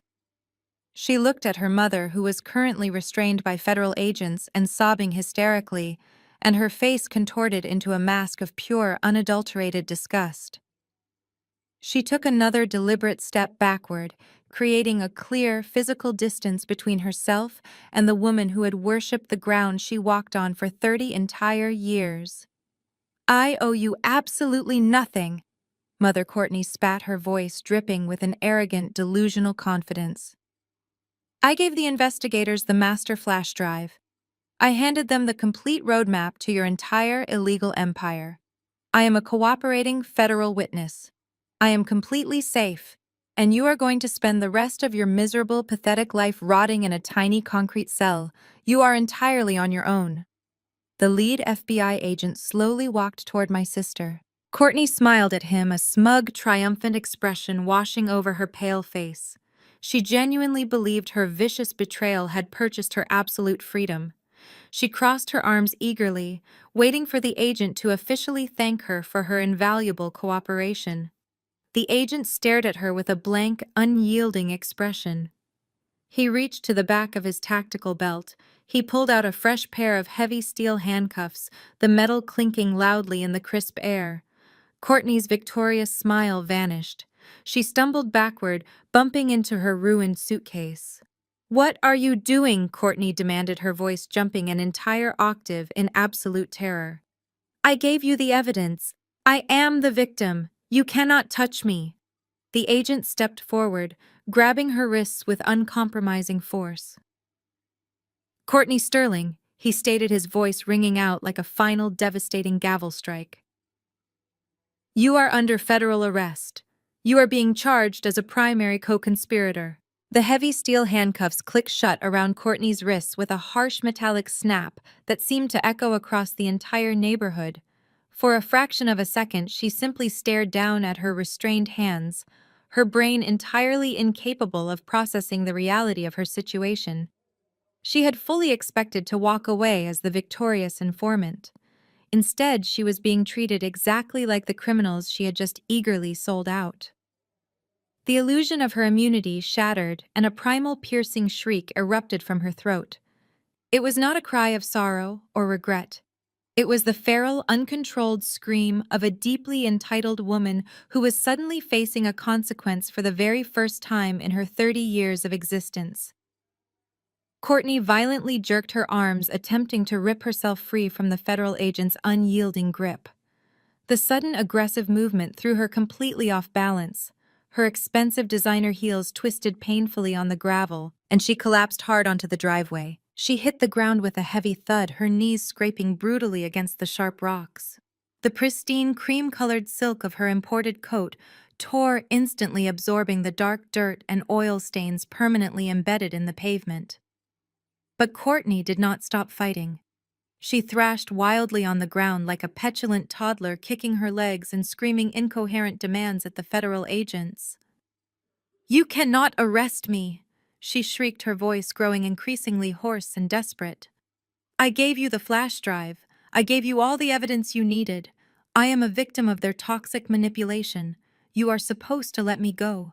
I demand to speak to whoever is in charge." The federal agent did not flinch, nor did he offer a single word of comfort or explanation. He simply gripped her by the upper arms and hauled her forcefully to her feet.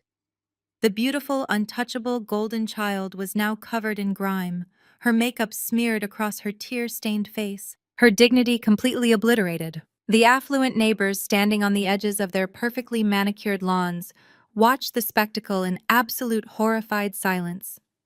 These were the people Patricia had spent a decade desperately trying to impress. These were the country club presidents, the charity board members, and the local politicians who had attended Patricia's lavish, catered garden parties. They were now witnessing the brutal, unfiltered reality behind the Sterling family's meticulously curated facade. Whispers rippled through the gathered crowd as Courtney continued to thrash and wail, her desperate cries cutting through the crisp afternoon air.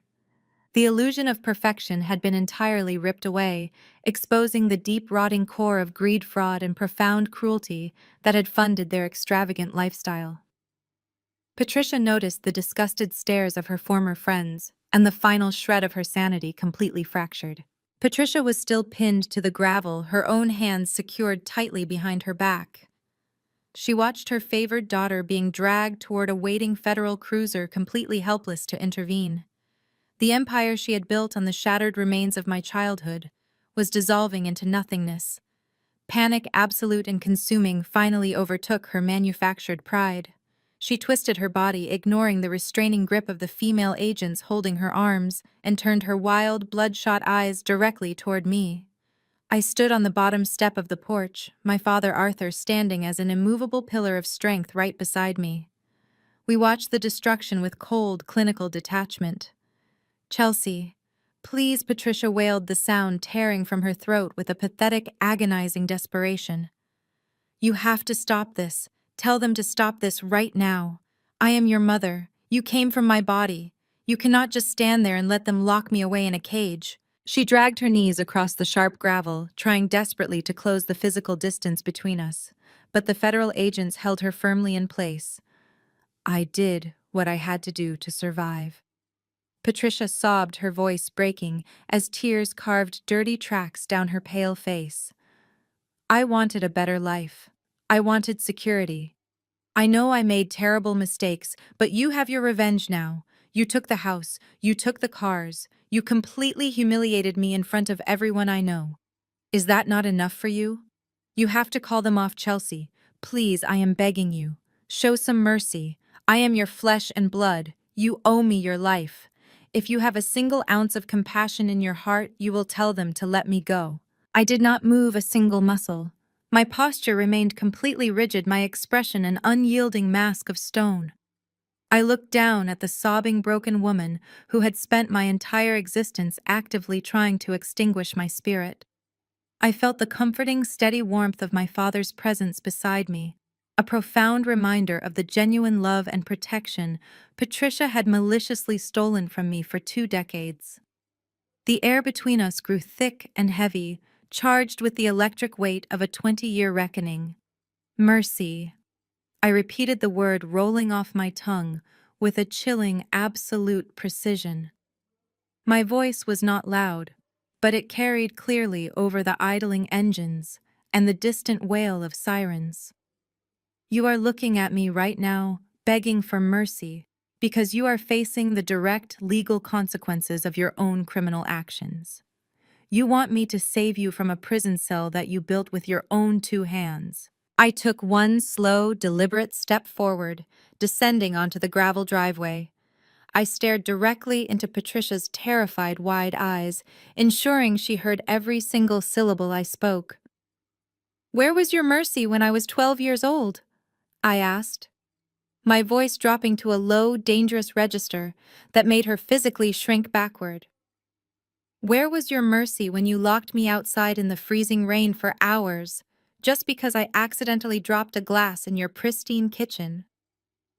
Where was your mercy when you told me daily that I was an unlovable burden who ruined your life?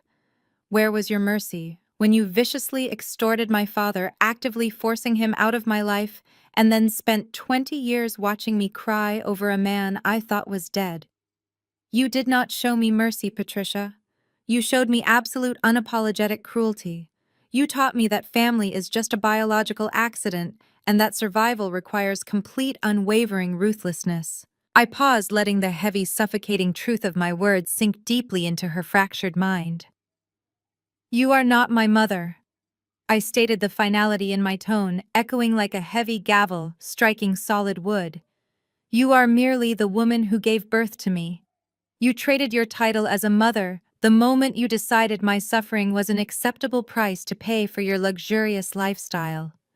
You traded your daughter for a mansion, a fake socialite status, and a criminal husband. Now the bill has finally come due. The federal government is simply collecting the principal with interest.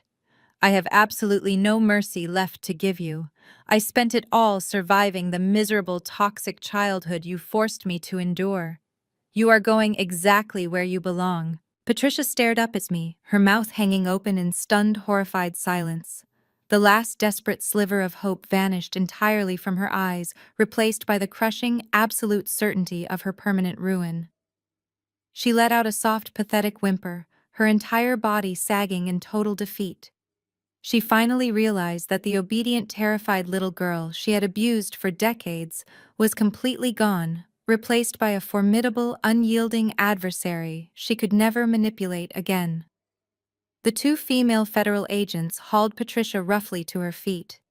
She did not fight them. She did not scream or thrash like Courtney. Her spirit was completely broken.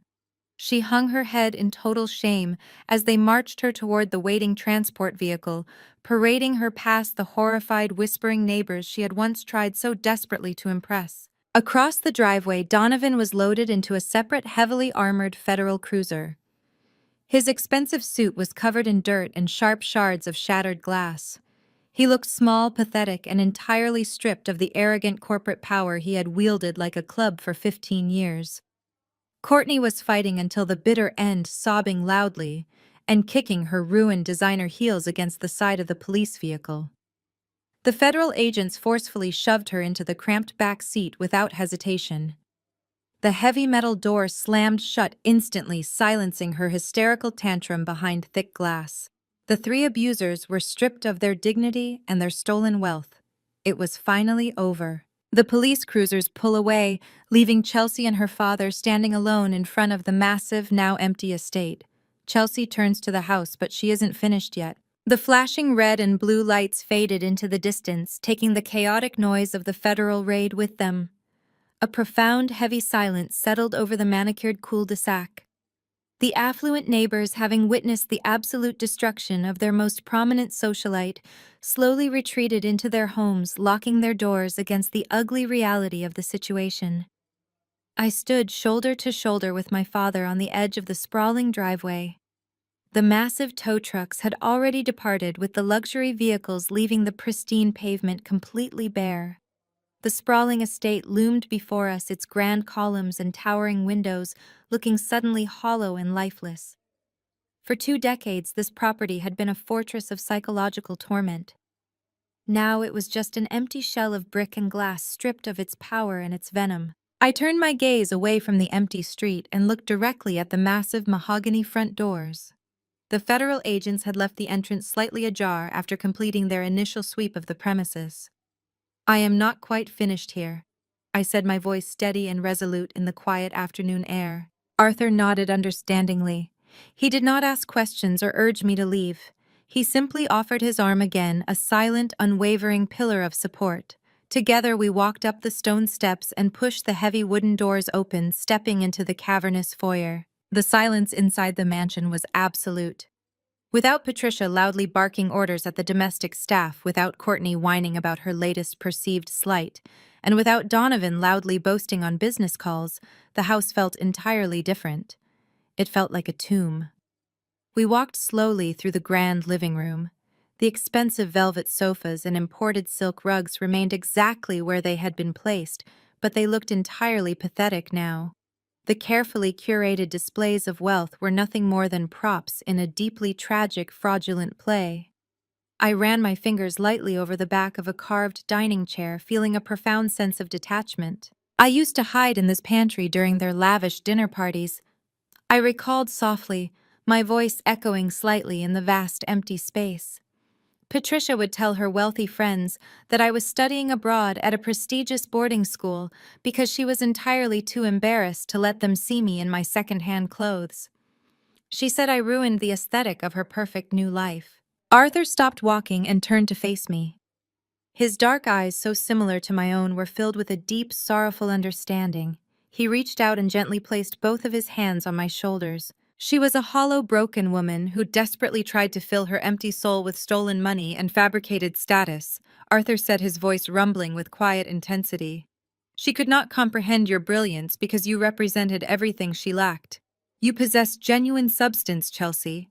You have an incredible mind, a relentless drive, and a heart that survived a freezing environment without turning to ice. You were never a stain on her aesthetic. You were a blinding light that completely exposed her shadows.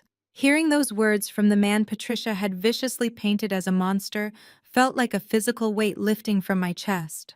For 30 years, I had carried the heavy, suffocating burden of believing I was fundamentally flawed and entirely unwanted. Patricia had meticulously crafted a narrative where I was a burden, a mistake, a child discarded by a father who found her too difficult to love. Standing here now, surrounded by the silent ruins of her criminal empire, I felt those deep, agonizing wounds finally cauterize. The toxic poison she had injected into my veins was completely neutralized by the undeniable reality of the present moment. I had not just survived her abuse. I had systematically dismantled her entire world. We continued our walk through the sprawling first floor, our footsteps echoing against the imported Italian marble. We passed the expansive home theater, the formal sitting rooms, and the grand library where Donovan had orchestrated his massive commercial real estate frauds. Every single room held a bitter memory, a sharp insult, or a cold rejection. But the power those memories once held over me had completely evaporated. I was walking through a museum of my own past, completely detached from the exhibits. "What exactly are your plans for this property?" Arthur asked, gesturing around the opulent space. "As the primary stakeholder in Apex Vanguard Holdings, you now possess the deed free and clear. You could sell it on the luxury market for a significant immediate profit. The location alone is highly desirable for this specific tax bracket." I looked around the grand library, taking in the floor-to-ceiling bookshelves filled with leather-bound volumes that Donovan had never actually read. I shook my head, a small, genuine smile forming on my lips. "I am not putting this property on the luxury market," I explained, my tone shifting from reflective to entirely professional. "I have already drafted a contract with a reputable commercial developer back in Seattle. I am selling the entire estate to them at a significantly reduced rate, with one specific non-negotiable contingency built into the transfer of the deed." Arthur raised an eyebrow, clearly intrigued by my strategic pivot. "And what exactly is that contingency?" "Total demolition," I stated, feeling a profound sense of satisfaction wash over me. "The developer is going to bring in heavy machinery and level this entire mansion to the ground. They are going to tear up the marble floors, rip down the grand columns, and completely pulverize the foundation. They are going to wipe this toxic legacy off the map entirely." Arthur chuckled, a deep, rich sound of genuine appreciation. "I see. A complete and total eradication. And what will they build in its place? Another set of luxury condominiums?" "No," I replied, my smile widening. "The developer is partnering with a local nonprofit organization. They are utilizing this prime real estate to construct a comprehensive community outreach center. It will feature accessible counseling services, financial literacy programs for disadvantaged youth, and a safe shelter for teenagers navigating abusive domestic situations. I am taking the physical monument to Patricia's greed and transforming it into a permanent resource for survival and education." Arthur looked at me, his chest swelling with undeniable, overwhelming pride. It was a stark, brilliant contrast to the performative, highly conditional affection Patricia had occasionally offered when she needed something.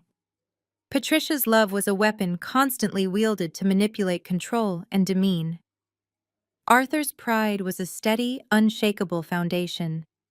He did not care about the optics or the social standing. He cared entirely about my character and my relentless pursuit of absolute justice. That is a brilliant, highly commendable strategy, Arthur said, clapping me warmly on the shoulder.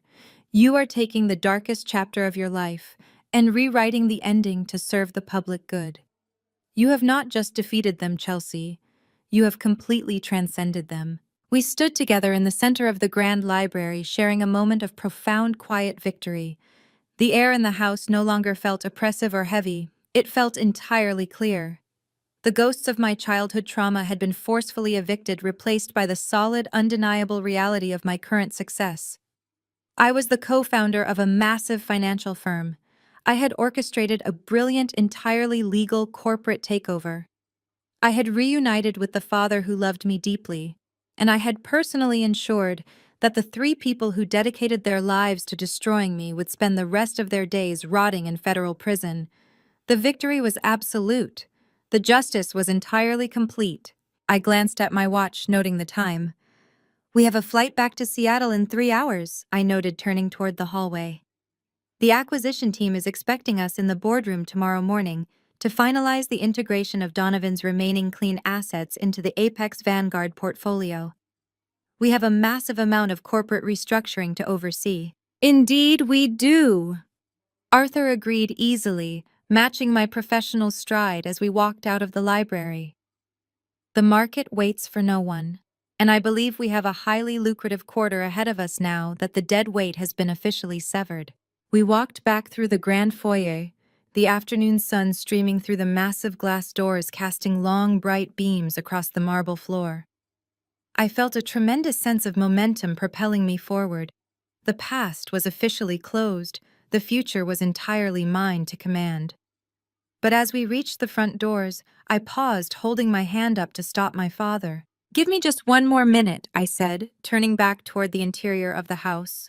There is one final piece of business I need to handle before we leave this place forever. Arthur nodded patiently, stepping out onto the porch to wait in the crisp air. I turned and walked deliberately down the long hallway, my footsteps steady and purposeful. I bypassed the formal dining room and stepped into the massive, sprawling gourmet kitchen. The space was immaculate, featuring top-of-the-line stainless steel appliances, custom cabinetry, and a massive, gleaming white marble island that dominated the center of the room. This was the exact spot where Patricia would stand every morning, sipping her expensive coffee while verbally dissecting my appearance, my intelligence, and my inherent worth. I walked directly to the center of the marble island. The house was completely silent around me, devoid of any lingering threat. I reached into the inside pocket of my tailored blazer and pulled out my sleek leather-bound checkbook. I retrieved a silver pen from my other pocket. I clicked the pen open, the sound sharp in the empty room. I opened the checkbook and flattened it against the cold marble surface. I did not hesitate. I filled out the date, my handwriting sharp and precise. I moved to the payee line and wrote Patricia Sterling. I moved down to the payment amount box. I did not write out a large vindictive sum. I did not write a theatrical taunting message. I kept it entirely factual, perfectly reflecting the absolute undeniable reality of her current situation. I wrote out the numerical amount, $200.00. On the memo line at the bottom corner of the crisp paper, I wrote a simple direct message. For the Uber ride. I signed my name with the sharp, decisive flourish. I carefully tore the check from the binding, the sound of the ripping paper echoing softly against the custom tile backsplash. I placed the check squarely in the exact center of the gleaming marble island, ensuring it was the very first thing anyone would see when they entered the room. I placed a heavy crystal salt shaker directly on top of the paper, pinning it firmly in place so the air conditioning would not blow it away. I stood back and looked at the single piece of paper resting on the massive, expensive counter. It was the exact amount of money Patricia had callously shoved into my trembling hands at gate 24 when I was 15 years old. It was the exact price she had placed on my worth as a human being. It was the ultimate, undeniable symbol of her cruel, unapologetic abandonment. Now it was her entire net worth. I turned my back on the kitchen, leaving the check resting silently on the stone. I walked down the hallway, my head held high, my posture perfectly straight. I stepped out through the front doors, joining my father on the porch. I pulled the heavy mahogany doors shut behind me, the locking mechanism engaging with a loud, satisfying click. The house was sealed. The past was finished. "Let us go home," I said, walking down the steps toward the waiting car. Arthur smiled, falling into step beside me. "Let us go home," he agreed. We got into the waiting sedan, the doors closing securely, shutting out the quiet suburban street. The driver shifted the car into gear, and we drove away from the massive empty estate, never looking back in the rearview mirror. The toxic legacy was completely eradicated. The absolute justice had been served. The brilliant, unapologetic future had officially begun. The sterile, windowless holding facility was a far cry from the sprawling, meticulously curated estate Patricia had occupied for 2 decades. The air here tasted perpetually of industrial disinfectant and stale recycled oxygen. Her designer clothing had long since been confiscated, replaced by the stiff, unforgiving fabric of a federal jumpsuit that hung loosely on her frame. Patricia sat on the edge of the hard cot in her cell, her posture once regal, now permanently slumped under the weight of her devastating reality. Her world had completely collapsed. The luxury vehicles, the sprawling real estate portfolio, the offshore accounts, and the carefully maintained illusion of social untouchability had all been liquidated by the government to satisfy the massive restitution orders. She was utterly destitute, her name synonymous with fraud across every major news network in the country. A guard slid a single crisp white envelope through the narrow slot in her steel door. Patricia stared at it for a long moment, her breath hitching in her chest. She recognized the handwriting instantly. It was the letterhead of her former corporate defense firm, a firm that had officially severed all ties with her the second the FBI breached her gates. Her hands trembled so violently that she nearly tore the paper as she pried it open. Inside was a standard business envelope, and within that a single check. She pulled it out, her eyes darting across the familiar banking details. It was a personal check, not a corporate one. She traced the signature line with a frantic finger. It was Chelsea's. Patricia's heart leaped with a sickening, delusional surge of hope. Perhaps this was a secret stash of money Chelsea had hidden away. Perhaps this was a lifeline, a way to hire a different caliber of attorney, a way to bribe a guard, a way to bribe her way out of this nightmare. She stared at the amount box, squinting, as her vision blurred from the dim lighting and the sheer intensity of her desperate anticipation. It was not a fortune. It was not a secret account. It was written for exactly $30.00. Patricia felt the blood drain from her face, leaving her lightheaded and gasping for air. Beneath the check was a small cream-colored piece of stationery. The note was brief, written in that same sharp, unyielding script. It read, "For the commissary. Don't answer the door. Chelsea." Patricia stared at the check, then at the note, and then back at the check. The sheer calculated cruelty of the gesture hit her with more force than the original arrest. $30. It was an amount so pathetically specific, so insultingly small, that it was a clear declaration of her current social and economic standing. It was the amount Chelsea had deemed sufficient for her mother to purchase a few ramen packets or a tube of toothpaste from the prison store. It was the ultimate final dismissal. In the adjacent holding wing, Donovan and Courtney were receiving their own reminders of the new order. Donovan had been largely non-communicative since the day of the raid, his once imposing frame reduced to a hunched, broken silhouette. The reality of his decades of fraud was settling in with every day that passed. He knew the federal sentencing guidelines. He knew the offshore gambling connections would be pursued by dangerous interests, who were far less forgiving than the legal system. Courtney, meanwhile, had not stopped her frantic, high-pitched sobbing since the moment the cell door slammed shut. She had spent the last 3 months filing endless, useless motions demanding total immunity, blaming her mother for every single crime and insisting that the flash drive evidence was obtained through illegal coercion. Her delusions of grandeur were eroding in real time. She had expected to be the protected witness, not a convicted felon sharing a cell with individuals who viewed her entitlement as an invitation for violence. They were each entirely trapped, stripped of the stolen wealth that had defined their existence, and isolated from the influence they had wielded like a weapon. The $30 check was not just a donation for the commissary. It was a digital and psychological lock on the door. 3 months later, I sat in the sprawling, minimalist living room of my new penthouse in downtown Seattle. The space was an expansive, open-concept masterpiece of glass, steel, and warm, reclaimed oak. It was entirely different from the sterile, gilded cages I had been forced to live in as a child. There were no columns, no gaudy gold leaf, and no suffocating sense of artifice. I sat in an ergonomic leather chair, looking out through the floor-to-ceiling windows that offered a panoramic, unobstructed view of the city skyline as the sun began to dip below the horizon. The vibrant, pulsating energy of the city hummed far beneath me, a constant reminder of the life I had built on my own terms.